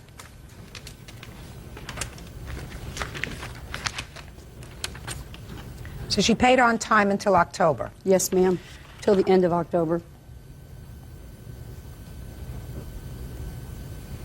Okay, now I'll hear you. What she said is correct as far as our friendship. Her son was incarcerated with my husband. When things went bad was because her son had a drug problem, and I tried to help him. Your Honor, this is irrelevant.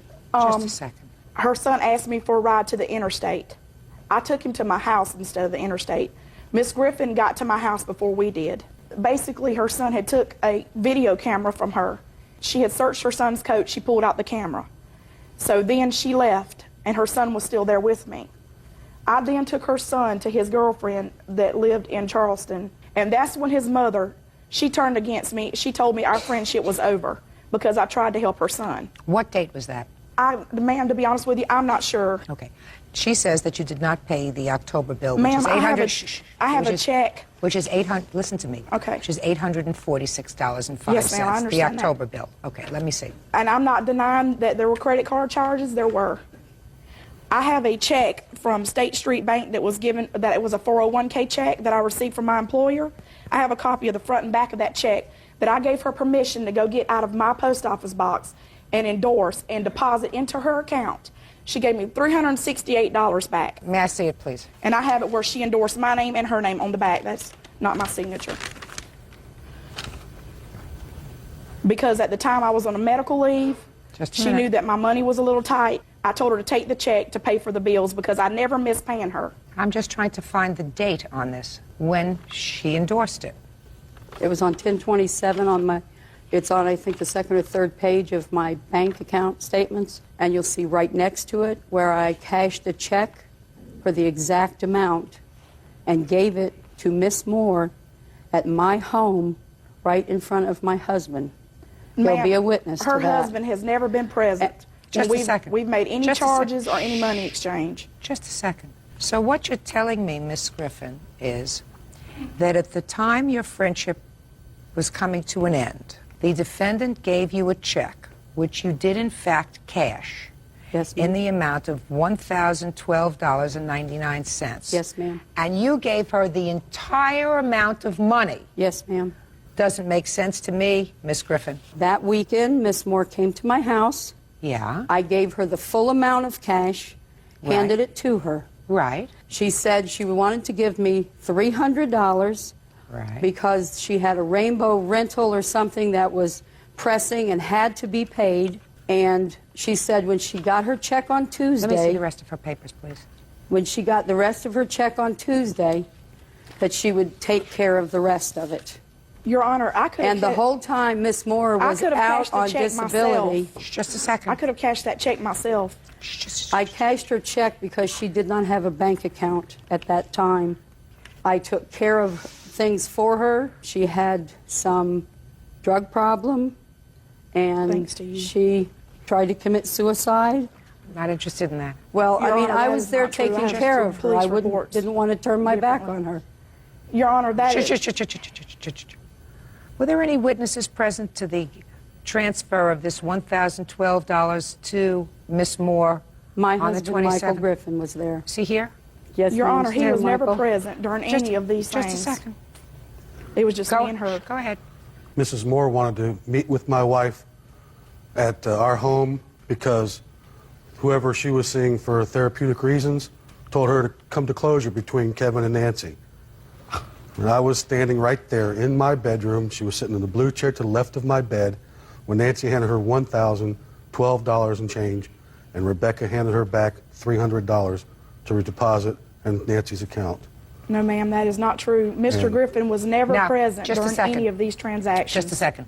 I don't see whether she was given credit for the $300. On the first page, every deposit that she made to me is on the left. Every bill that I wrote to the Avenue or any of my other credit cards So is what you're telling to the right. Is what you're telling me that at the time she made these purchases in October, she still had an outstanding bill to you? Yes, ma'am. Your Honor, She made- also Mrs. Griffin shopped along with me, and she had stuff on that bill as well, where our stuff was added together and not separately. That's wrong, Your Honor. If you look at my receipts, I've been very careful, and she had one receipt, and I had one receipt. Always a big mistake. Your Honor, and You know, you understand this is always a big mistake to do.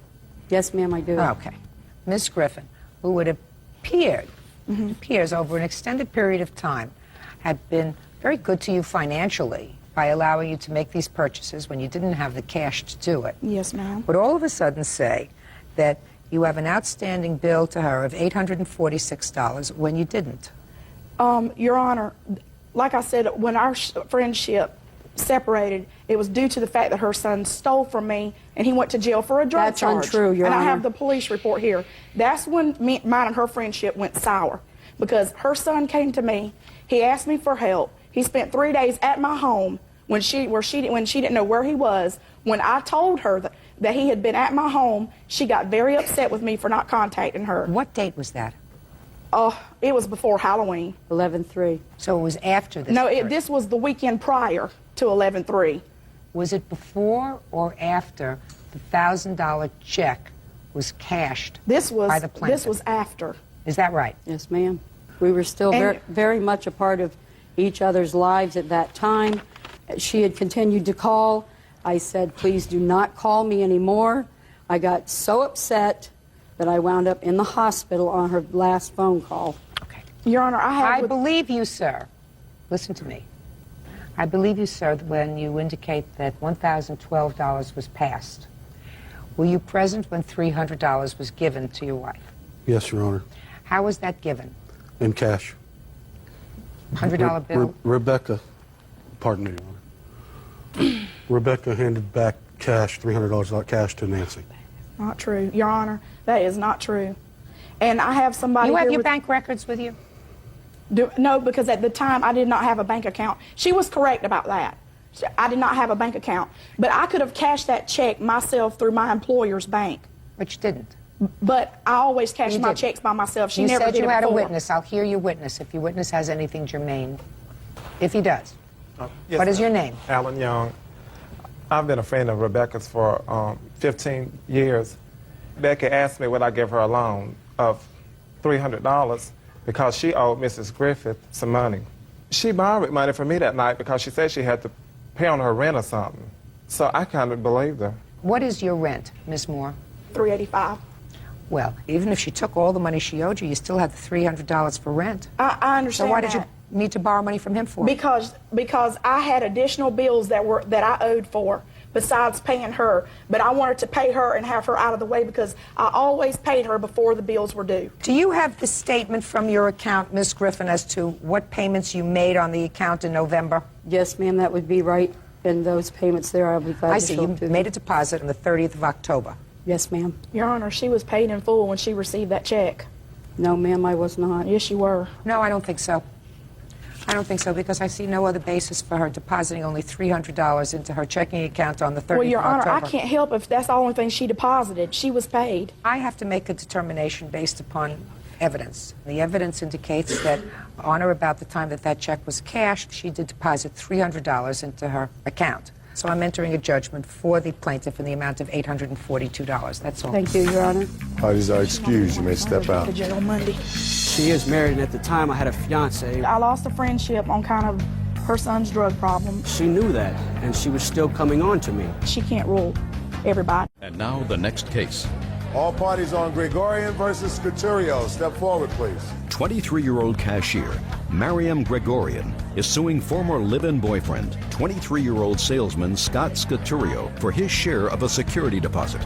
Scott is countersuing for the cost to rent a U-Haul, storage costs, and harassment.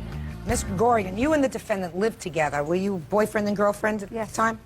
According to your complaint, you had an arrangement with the defendant that since he had no money, you would put down the security deposit on the apartment, and he was to reimburse you for half. For half, yes. And half of the security deposit was $600? Yes. And you also say that the time that you left the apartment, because he was threatening, you gave him an additional $200. For April's month's rent, yes. So he says that you actually owe him money because he was forced, as a result of your leaving, to hire a U-Hauler to take all of his furniture out. Is that right? Correct. And that was not the agreement, that you were going to reimburse her for half of the security deposit. Your agreement was she would pay for the security deposit, first, last, etc., and you would pay for the household furnishings and all of the household appliances. Correct. Right? Correct. When did you move in together? We moved in February 1st together. And when did you leave the apartment? April 2nd. And you had had an argument at that time? Yes, we did. Okay. So you were ready to call it quits, and you were ready to call it quits, I assume. Correct. Is that right? Correct. Now, you agree that she did put down this $1,200. The $1,200, correct. And to fulfill your part of the obligation, you purchased all the furniture. Correct. And you purchased all the appliances. Correct. In the U-Haul that you hired, did you put all the furniture? Yes. And did you put all the appliances that you purchased? Yes. Did she take any of the furniture? No. Did she take any of the appliances? No, ma'am. Well, so, then let's understand this. On the one side, she put down the $1,200. You purchased all the stuff, but you have all the stuff, Correct. right? She's out the $1,200, including half that should be yours, right? No, because that wasn't the agreement. Well, the understanding was that if she put down, according to you, that if she put down the $1,200, your capital contribution to the apartment would be, I assume, purchasing furniture and appliances about the same amount of money, $1,200. Correct. Did you spend $1,200? About that, maybe a little more. But you have it. You didn't say to her, I'll give you half, right? Correct. Why not? Because the agreement was before we even took the apartment that if anything should happen to the relationship, that we would at least stay as roommates in the apartment. Nobody stays on as roommates. That's stupid. In any event, sir, I don't believe you had that conversation. So what I'm asking you is let's talk about money. Let's say you spent $1,200 on furniture appliances. She spent $1,200, right? Each of you should be out $600. That's math. I'm not really good at math. But am I making myself clear to you, Bird? Very. Right. So you got $1,200 worth of furniture and appliances. That's on your side. But you kept it. Now, you want to give her $600, or you want to give her half the furniture? I'm not going to give her half the furniture. So that's $600 for you. Now tell me about this $200. The $200 was April 2nd when I left. He told me I owe him April's rent. And I felt that I didn't need to because it was April 2nd. It wasn't a complete month yet. I didn't need to give him anything. But you did? But I did, because at the time that he had a spare key to my car, and he told me that he would hide my car if he needed to until I gave him the money. And I took the $200 and I basically threw it at him. So, cheap price, $200. You don't get that back. You get your $6, because I believe that that was your agreement. Now, you hired a U-Haul it. Why didn't you stay in the apartment? Because due to her leaving, I couldn't afford the apartment on my own. Well, just a minute. How much was the rent? $600 a month. And she had already given you $2 for April. She had not given me $2 for April. During the argument, she actually opened her closet, which she already had her stuff packed, and just left. She didn't give you an additional $200? No, I left the apartment before she even finished taking her stuff out. Really? Your Honor, that's not true, because we were fighting, and there was a person on the phone. He was speaking to his mother and a friend of his, telling them how I started out being a psychopath. He sat there and watched me leave and pack up. What date did you move out? I believe it was the first week in May. You stayed for the entire month of April. Yes. So you lived there. She didn't, right? Correct. So you pay for it. And then you had to move because of the rent. Where did you move to? I'm actually staying with my sister right now. Okay, you paying any rent there? No. Well, look at it this way. You spent $300 for a U-Haul? Approximately, yes. That would have been your share of the $300 worth of rent, right? Correct. And you couldn't afford the apartment anyway, right? So, and you got all that nice furniture. So what are you complaining about? Your Honor, can I say something? No, I want to ask him I want to find out what he's complaining about. Actually, what I'm complaining about is, Your Honor, she stated in the police report, actually, when she filed for court, that I threatened her life and I threatened to do her harm. She actually, I have mail here, which she had actually forwarded to my sister's address. If I was threatening her life, I don't understand why she would forward mail to my sister's address where she knows that I go, when I also have police reports stating that they heard messages of her threatening to kill me, etc., etc. Well, let me see the letter that you have, sir. I don't know exactly what you're talking about, but let me take a look at it.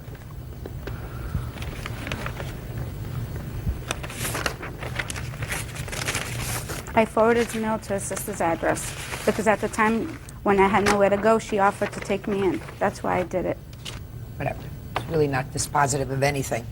All right, you owe $600. Your counterclaim is dismissed. Judgment for the plaintiff in the amount of $600. That's all. Stewart. Vice of a sworn in judge. You may be seated, ma'am. Have a seat. All right, let's see how quickly we can do this. Ms. Arell, according to you, the defendant is your ex-boyfriend. Correct. And he owes you some money. I did the math. I don't quite see where you come up to $5,000. I'm sure you're going to try to explain that to me. The money comes from two sources. One, you claim that you went on a vacation together, and he was supposed to pay you for at least half of the vacation, or the whole vacation. And he never did. The vacation, according to you, was under $1,000. Correct. And the second thing was a loan that you made to him for some furniture for his new apartment. That was $190. Correct. Tell me about the trip. When did you take it? We went on May 22nd of 2000. Okay, what were the circumstances surrounding the trip? He was just beginning a new job. He was supposed to start the following week. We had some time off. He had told me that for many, many years during his childhood, he had wanted to go to Disneyland. He had never gotten the chance to go, and we would like to go, with the understanding that since... No understanding. Okay. He would like to go on the trip. Correct. I want to hear your version of the conversation. No Okay. I don't want to hear your understanding. Okay. Go ahead. He did not have the front money to go on the vacation, but if I would agree, I agreed to put it on a credit card, in which case there was a payment plan and that it would all be paid back in the next year. He said that to you? Correct. You got your bill from your credit card? Yes. How much was the total trip? The trip alone, $960. Did you show him the bill? I did. And what did he say? He said no problem. He began his payments, and it was How many actually payments fine. did he? How many payments did he make? He made 2 payments directly on his paid dates. How much? The very first one was $40. He followed with $20. So according to you, he paid $60 in total. There was another $20 payment weeks later. There was $80 total. Okay. So he's making these small payments, and now tell me about the furniture. We had previously, prior to the Were trip. you living together at the time? No, we were not. Okay. At that time, a couple of weeks after we returned from vacation, he did have to leave the residence where he was staying with a family member. And he stayed at my house just for a couple of weeks until he did find his own residence. And? And he had come here from very far out of state when he had originally moved here. He hadn't acquired many things other than a bed and such. And being that I had no point to distrust him at that time, I did agree to buy a few things for the apartment for him. How much did you spend? It was just under $200. What do you mean just under $200? It was the credit card totals of $191. And he wasn't working at the time? He was working at the time. So why didn't he pay for those things himself? He didn't have any money saved up, and he had made a few payments to me. Paid $40, He just had to pay $20, $28? Had to pay rent to get into a new place, too. Okay. So far, if everything that you say is accurate, yes, it's $191 plus $880. Okay. $1,071. So you want to explain to me why we have a lawsuit for $5,000? Absolutely. There were other very small charges. His pet was hit by a car, had to have emergency surgery. Veterinary clinic needed payment to receive the animal back, things like that I did put on. That was just prior to the trip. That was May 2nd. The unfortunate thing is that I had one credit card at the time, and we used that for the entire vacation, and due to the fact that it was in 2000, because of non-payment, I've had interest for over 2 years on a credit card. Should have paid it off. Which he agreed to. You should have paid it off. You're right. Right. If I had the money, I would. You're right. Shouldn't have gone on the trip if you didn't have the money. He didn't have the money, you didn't have the money, then you don't go to Disneyland. You don't go to Fantasyland if you don't have, neither one of you have the money. It's difficult to turn down a somewhat free vacation with someone that you do trust. I did trust him very much. No. Yeah. Listen to me. Okay. When did you meet him? January. You met him in January. Yes. You're going away in May. Correct. Right? January, February, March, April, May. Did he have a job in January? The entire time, yes. He had a job in February? Correct. March? Yes. April? Yes. So why didn't he have any money? You told me he was living with relatives. That was kind of the problem. He never seemed to have any money. Well, then I don't know. I would begin to scratch my head if I were an intelligent girl. I did shortly thereafter. Well, you do it shortly before you expend money. You're right. I mean, you wanted to trust him. The fact that you wanted to trust him doesn't mean that you had any cause to trust him. Right. We had a rapport built up. He'd borrowed very small amounts in the past, and he paid them back immediately. I had a lot of trust in him at the time. Well, so then maybe if he borrowed small amounts, he paid them back immediately. Maybe his answer to your lawsuit has some validity. Mr. Stewart, what's your answer, sir? Your Honor, I'm sorry. Your Honor, we went on this vacation, all right? We started going out on Valentine's Day of that February. It was supposed to be like a gift to me, okay? Why would you make a gift of a trip to you? Well, Your Honor. Don't be an actress, please. Okay. Your Honor, I love her very much, all right? And I think she felt the same way back to me. And I thought it was just, she knew I was getting stressed out at my job. She was getting stressed out. And she told me it was the happiest place on earth. So, so we decided. Judge Judy continues in a moment. I mean, I just have a hard time seeing how, a $400 trip to Disneyland has accumulated to $5,000. It hasn't. Okay. Only in her mind. Only in the fantasy of her own mind.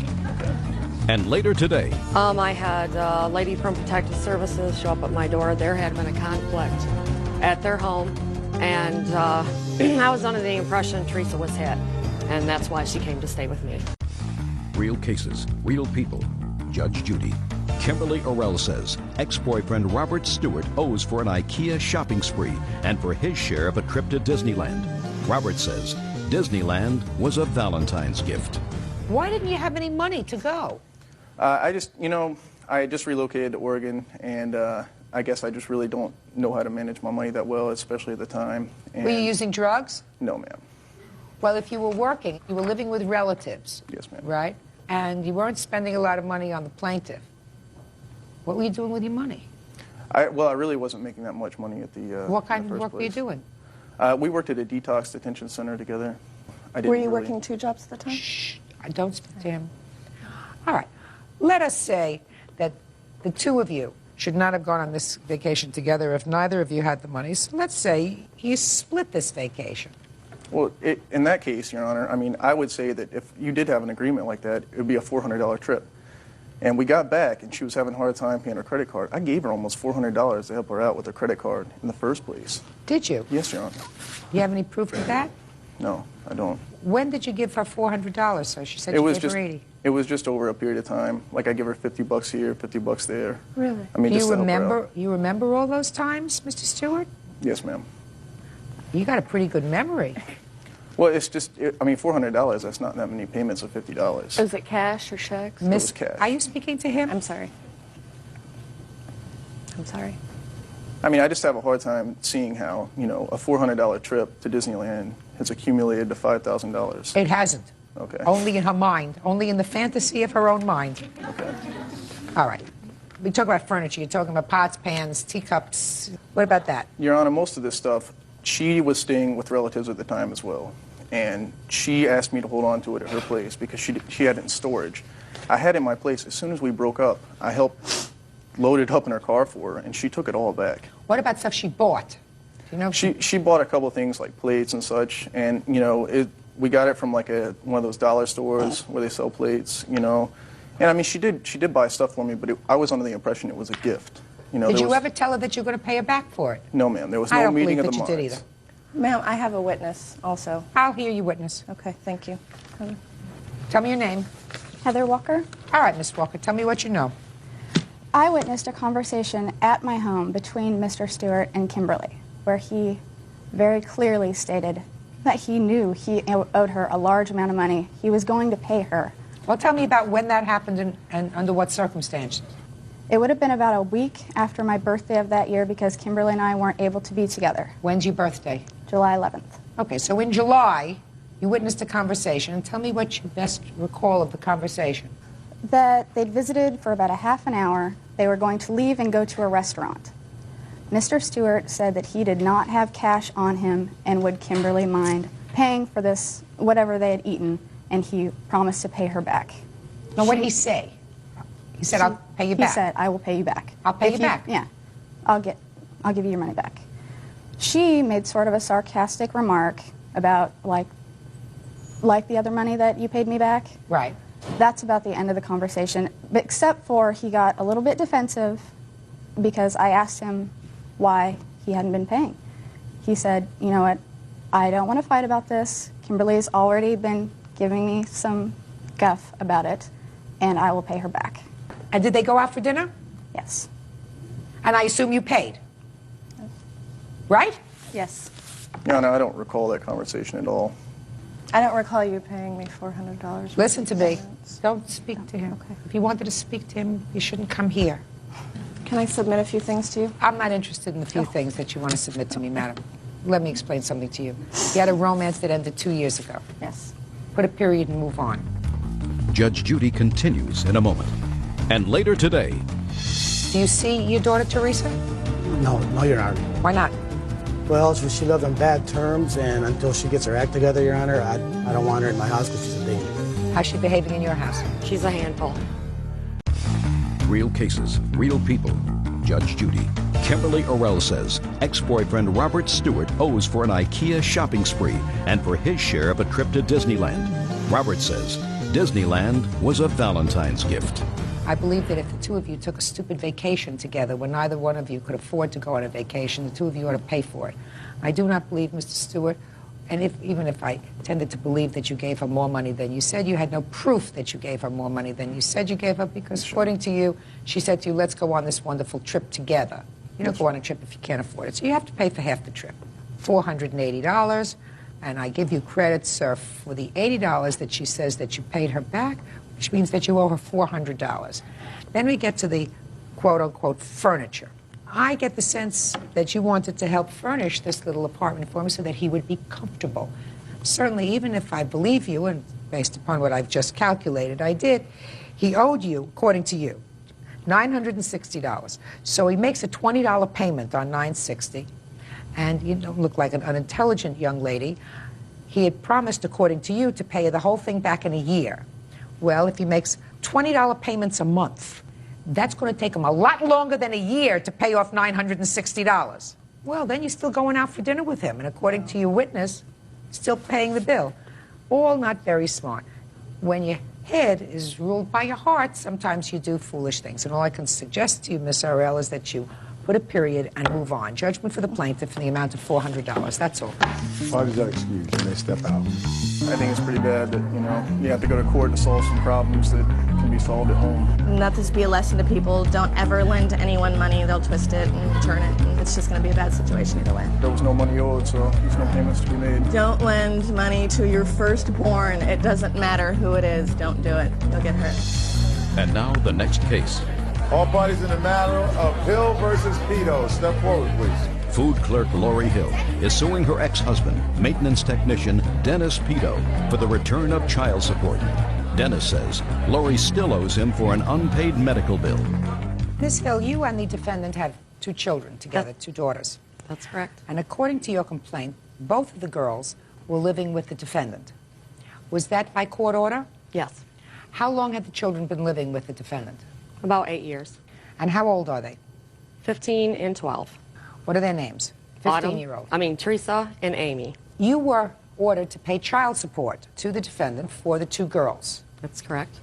According to your complaint, there came a time when one of the girls came to live with you, and there was an agreement that since there is sometimes a lag in the accounting through the court, that any money that you paid after your older daughter Teresa came to live with you would be returned to you. It is your claim that Mr.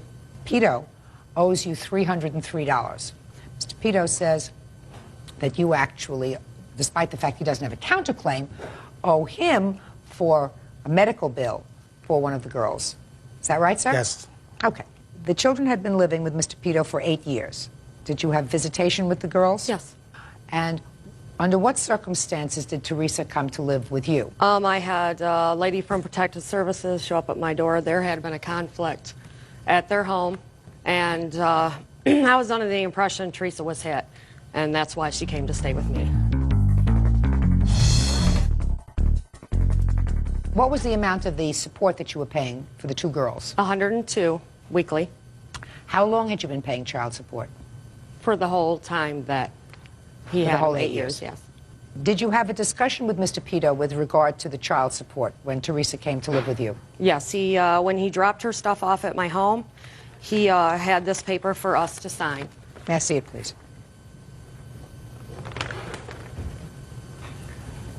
Thank you.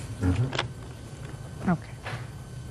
You say you'll waive the $104 in child support. That means that each of you was going to take care of 1 child, and there would be no support paid by either one. Is that right? That's right. And that is dated 12/4/01. Was any money taken out of your check after the 4th of December? Yes, I have all my... Is that the $303? Yes. Do you acknowledge, Mr. Pito, and let's not get to the medical yet, that the plaintiff paid child support beyond whatever these debts are of $303 that you received after December 4th? Yes, I do, Your Honor. Okay. Now tell me why you think that you shouldn't have to give that back to her. Well, Your Honor, when I made that agreement with her, after that I realized there were still pending medical bills from when Amy had her asthma attack on September 2000, and there was a $1,700 bill. And at that time, she was still required to pay 36% of that $1,700.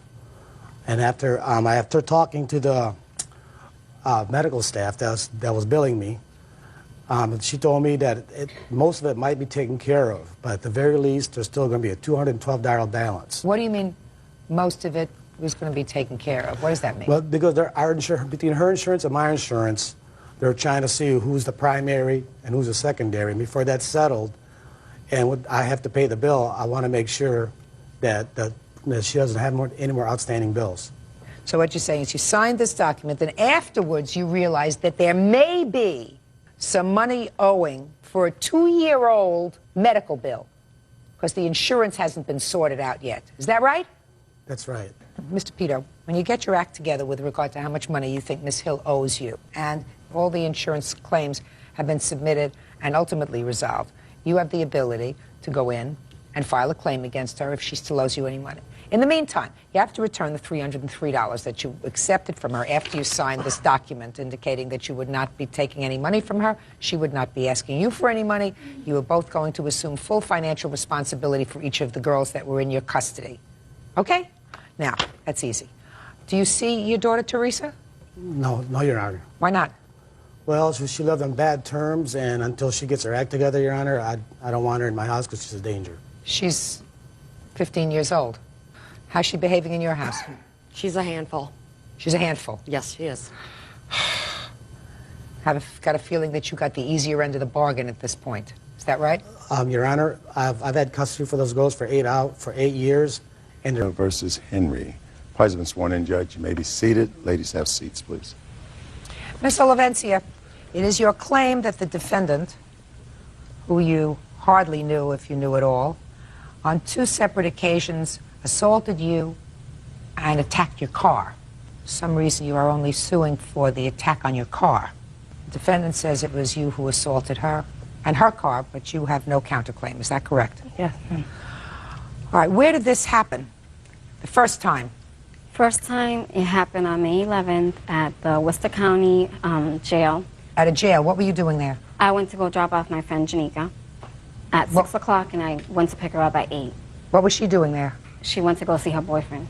Had you ever seen the defendant before May 11th? I've seen her like 2 times. Did you ever speak to her? Never. Okay. So did this initial assault occur on the way going to the jail or when you went to pick up your friend? When I went to go pick her up. Who was with you? My cousin Maria was with me and her daughter. And now you can tell me what happened. Okay, I was sitting in the car waiting for her, for Janika to come out. Stephanie Henry then comes out of the jail and approached me, started yelling, cursing at me.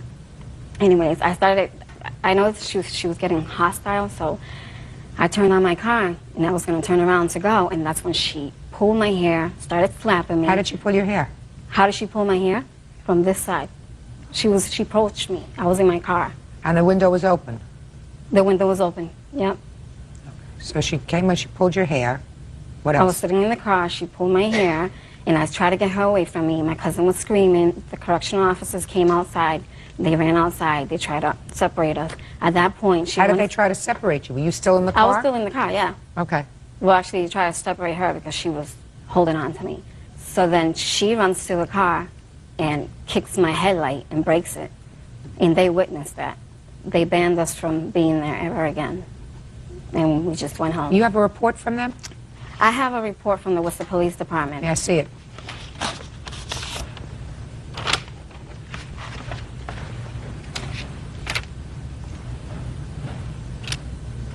What's this blackened out part? Well, because they don't let me see what where she lives, or the police station did that.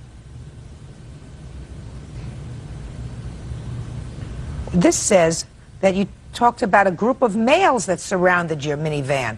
That was afterwards. Was that at a different location? Different location. Okay. Because I know there were 2 incidents. All right, so after she was separated from your car and she kicked your headlight in, did she leave or did you leave? I left. And your friend, did you wait for your friend? She never came out. All right, Miss Henry, you want to tell me about this incident? Yes, Your Honor. I was coming out of the administration building like everybody has to do. You leave out of the administration building. I was standing there holding my 1-year-old son in my left hand, okay? I was waiting for my son's godfather to come pick me up. I was standing there. A woman walked by me. I did not have any cigarettes on me at the moment, so a woman handed me a cigarette. I was smoking a cigarette with my right hand and had my son in the left. That's nice. I noticed Miss Olivencia walk in the building. I noticed they came out and went into the car with another girl and a young child. Then I noticed she came out of the car and went back into the building. I don't know, I assume it was to look for Miss Cruz, but she went back in the building, she came back out, she got in the car. She proceeded to drive away. Okay, at this moment, I'm standing there smoking a cigarette, holding my son. I flick the ash on my cigarette. She reverses, does a 3-point turn, comes back, and says, "Excuse me, what was that?" A curse word. And I said, "Excuse me, I don't know you, and I have never met you before, and if I had something to say to you, I would address you and let you know." Therefore, I'm holding my son, drive away and have a nice day. I spoke to her nicely the first time. She started cursing at me, calling me these rude names, talking about she knows who I am, she knows where I live. I'm like, well, I have no idea who you are. I've never seen you before in my life. She then steps out of her automobile, comes over to me, approaches me with my child in my left hand, I remind you, and she's pointing in my face, and I'm like, you need to get in your car and drive away because I don't know you and I'm holding my son. And I don't play around like that with a baby in my hands. She kept cursing. She proceeded to get back in her automobile. As she was doing so, she grabbed my hair. I have a scratch right here. Unfortunately, Your Honor, I was unable to have my pictures developed to bring them here. For my evidence, I had a bruise on my knee, on my right knee, from the fact that when she had grabbed me by my hair and pulled me towards the car, my knee was hitting her door because she was pulling me. And of course, I'm going to defend myself with my child in my hands. And I'm going to try to get away because at this point, I didn't know if she was going to try to drive off while I'm holding my son. Okay? No correctional officers came out and broke anything up. She drove off after she let go of my hair. And she went to turn again, and as she turned again, because you can't go to a certain point and restrict the area, you have to turn back and go out of the parking lot. She turned again, she came at me to try to hit me with my child. So I'm defending myself, moving out of the way, and as I move out of the way, my foot kicked her blinker, the tail light. I have a report from the Worcester County House of Correction saying that she did not care about the blinker, she didn't want to press any charges at that time, and that was the end of that.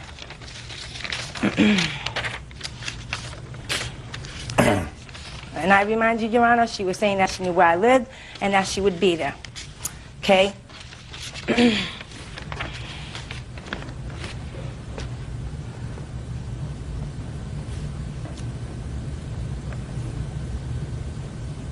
Ms. Olavencia, you indicated to me that your friend here, who you had dropped off in the morning, did not come out. That's what you just indicated to me, correct? I dropped her off in the evening, 6 o'clock. Or in the evening, and then went back to pick her up, and you said she did not come out. Yep. Well, this report indicates that the one involved party was leaving in a gray Toyota, and the other party was standing in front of the administration building. I assume that was you. Yes, ma'am. Stop the gray Toyota. Is your car gray? My car is like a tan. What's your license plate number? That's the tag number.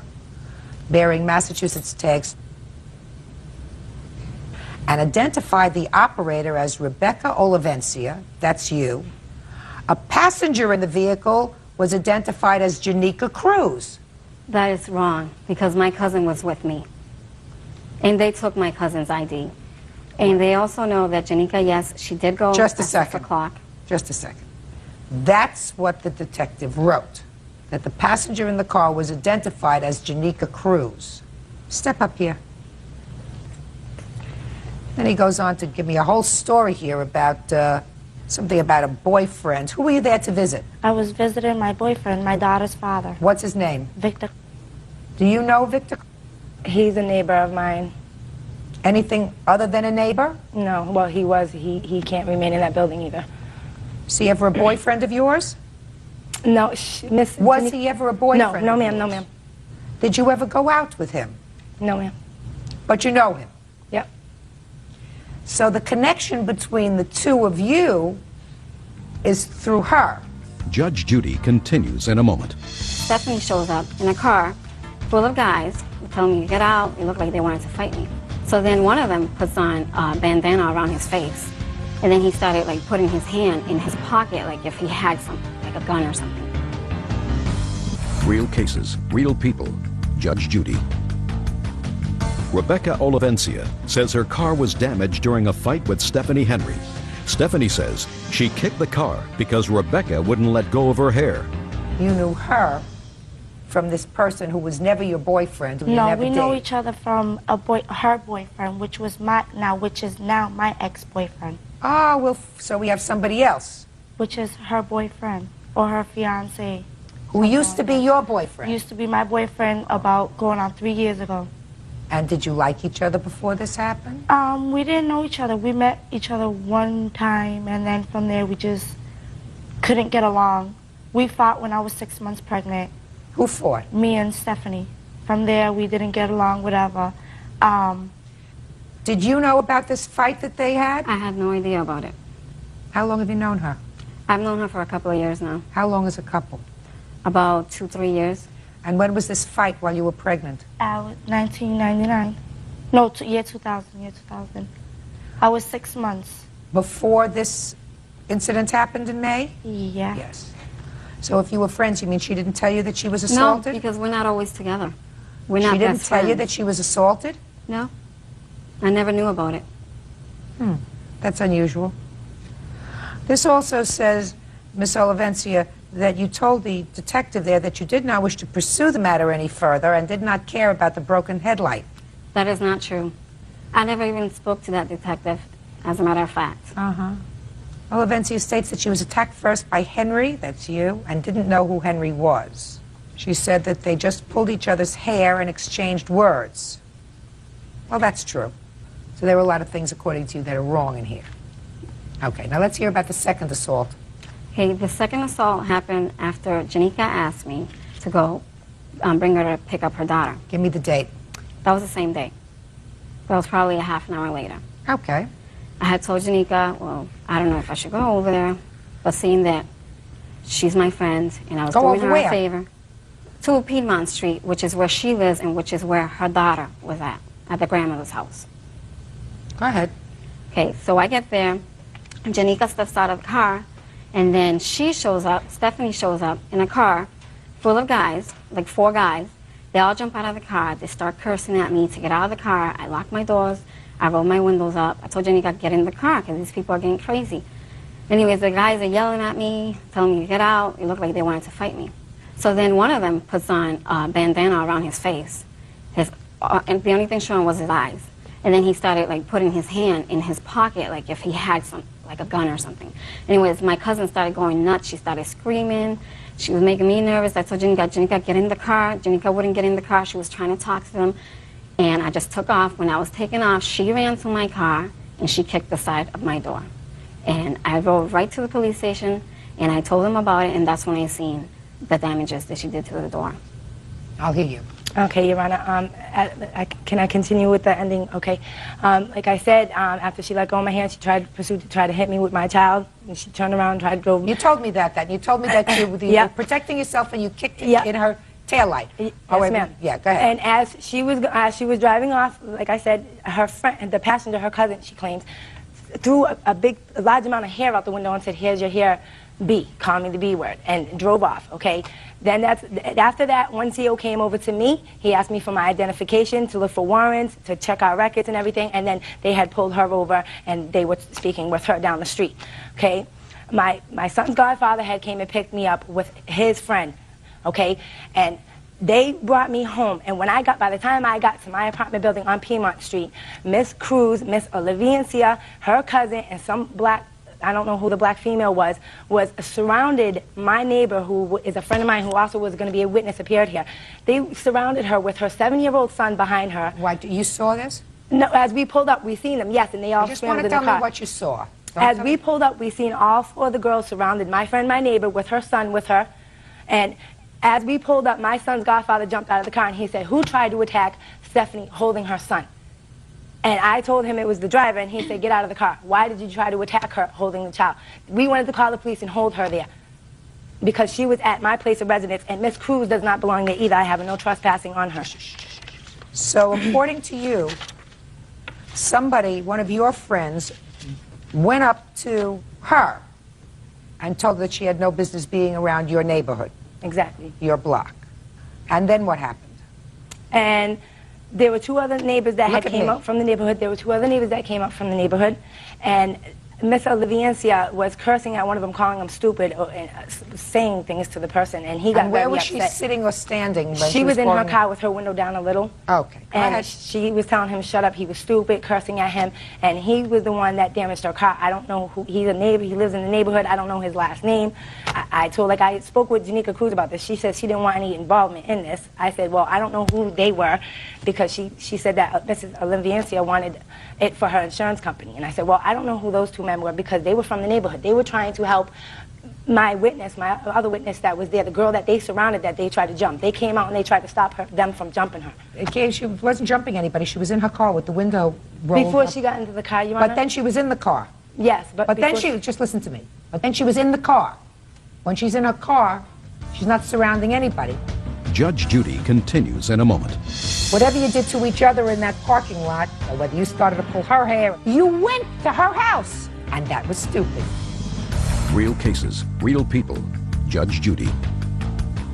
Rebecca Olivencia claims Stephanie Henry kicked her car during a fight outside of a men's prison. You say you have a restraining order against her? Let me see it.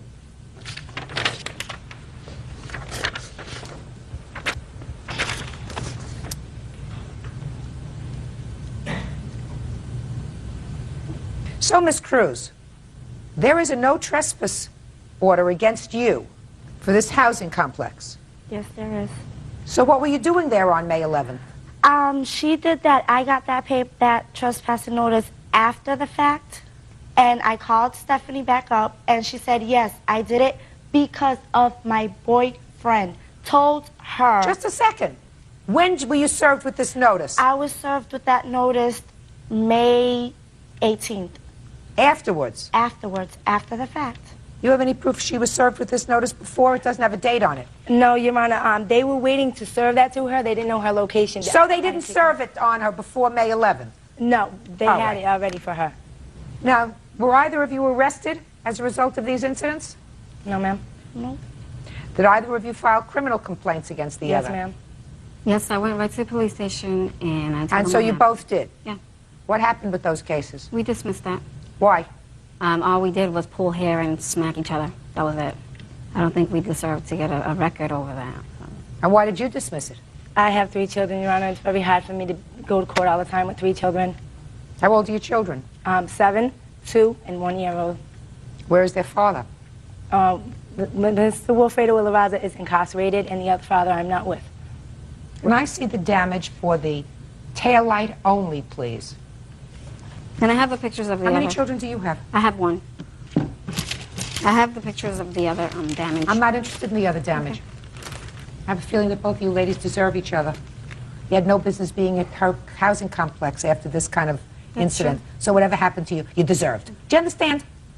I mean, I'd like to throw you out entirely because it sounds to me as if you both behaved badly. But I find no excuse for you kicking her blinker. Your Honor, I was trying to move away. No, baloney.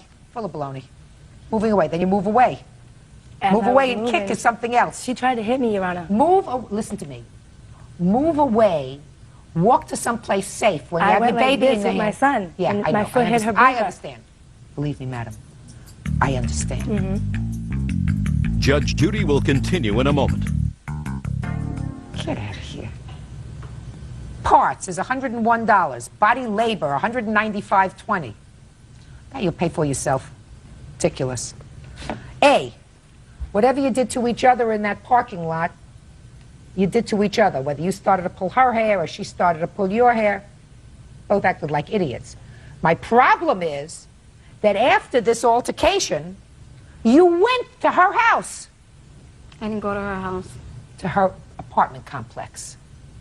And that was stupid. It was. So if your car got damaged going to her apartment complex, you pay for it. You pay for your own stupidity.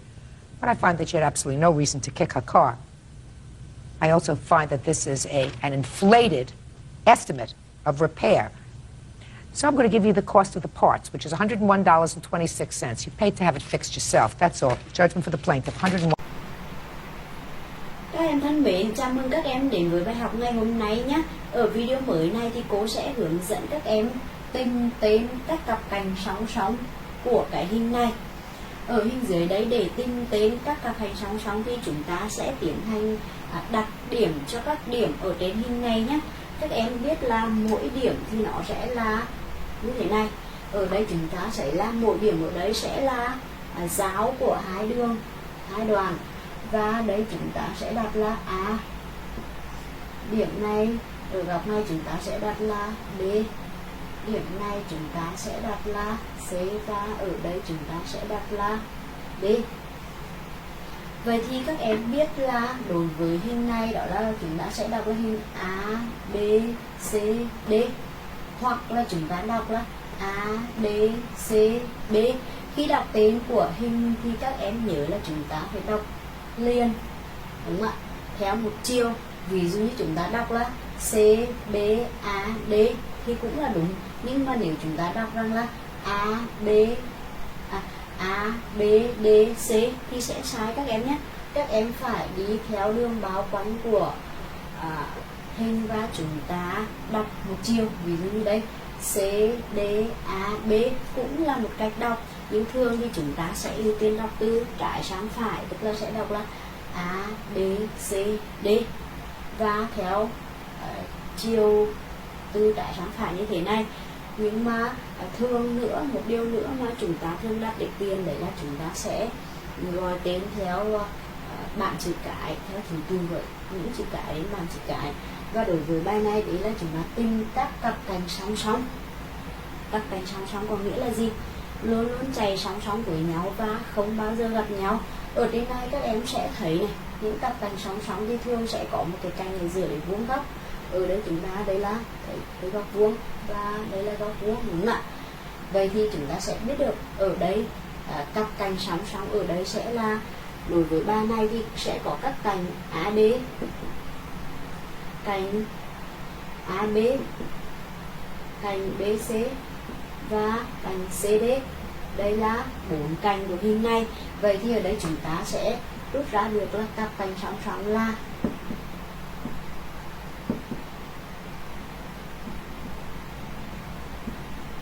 các cành ở song song đây là không bao giờ gặp nhau, chính là hai các cành này, đúng không ạ? Đó là các cành AB và BC. Và đối với cái các cành mà song song với nhau như thế này, chúng ta có thể viết tắt đó là AD song song với BC. Và hai đoạn thẳng này thì hai cặp cành này thì nó dù chạy đến tới bao nhiêu nó cũng không gặp nhau cả. Và cành AD là cành vừa vuông góc với AD và vừa vuông góc với BC, tạo thành hai góc vuông, vì thế mà AD sẽ song song với BC các em nhé.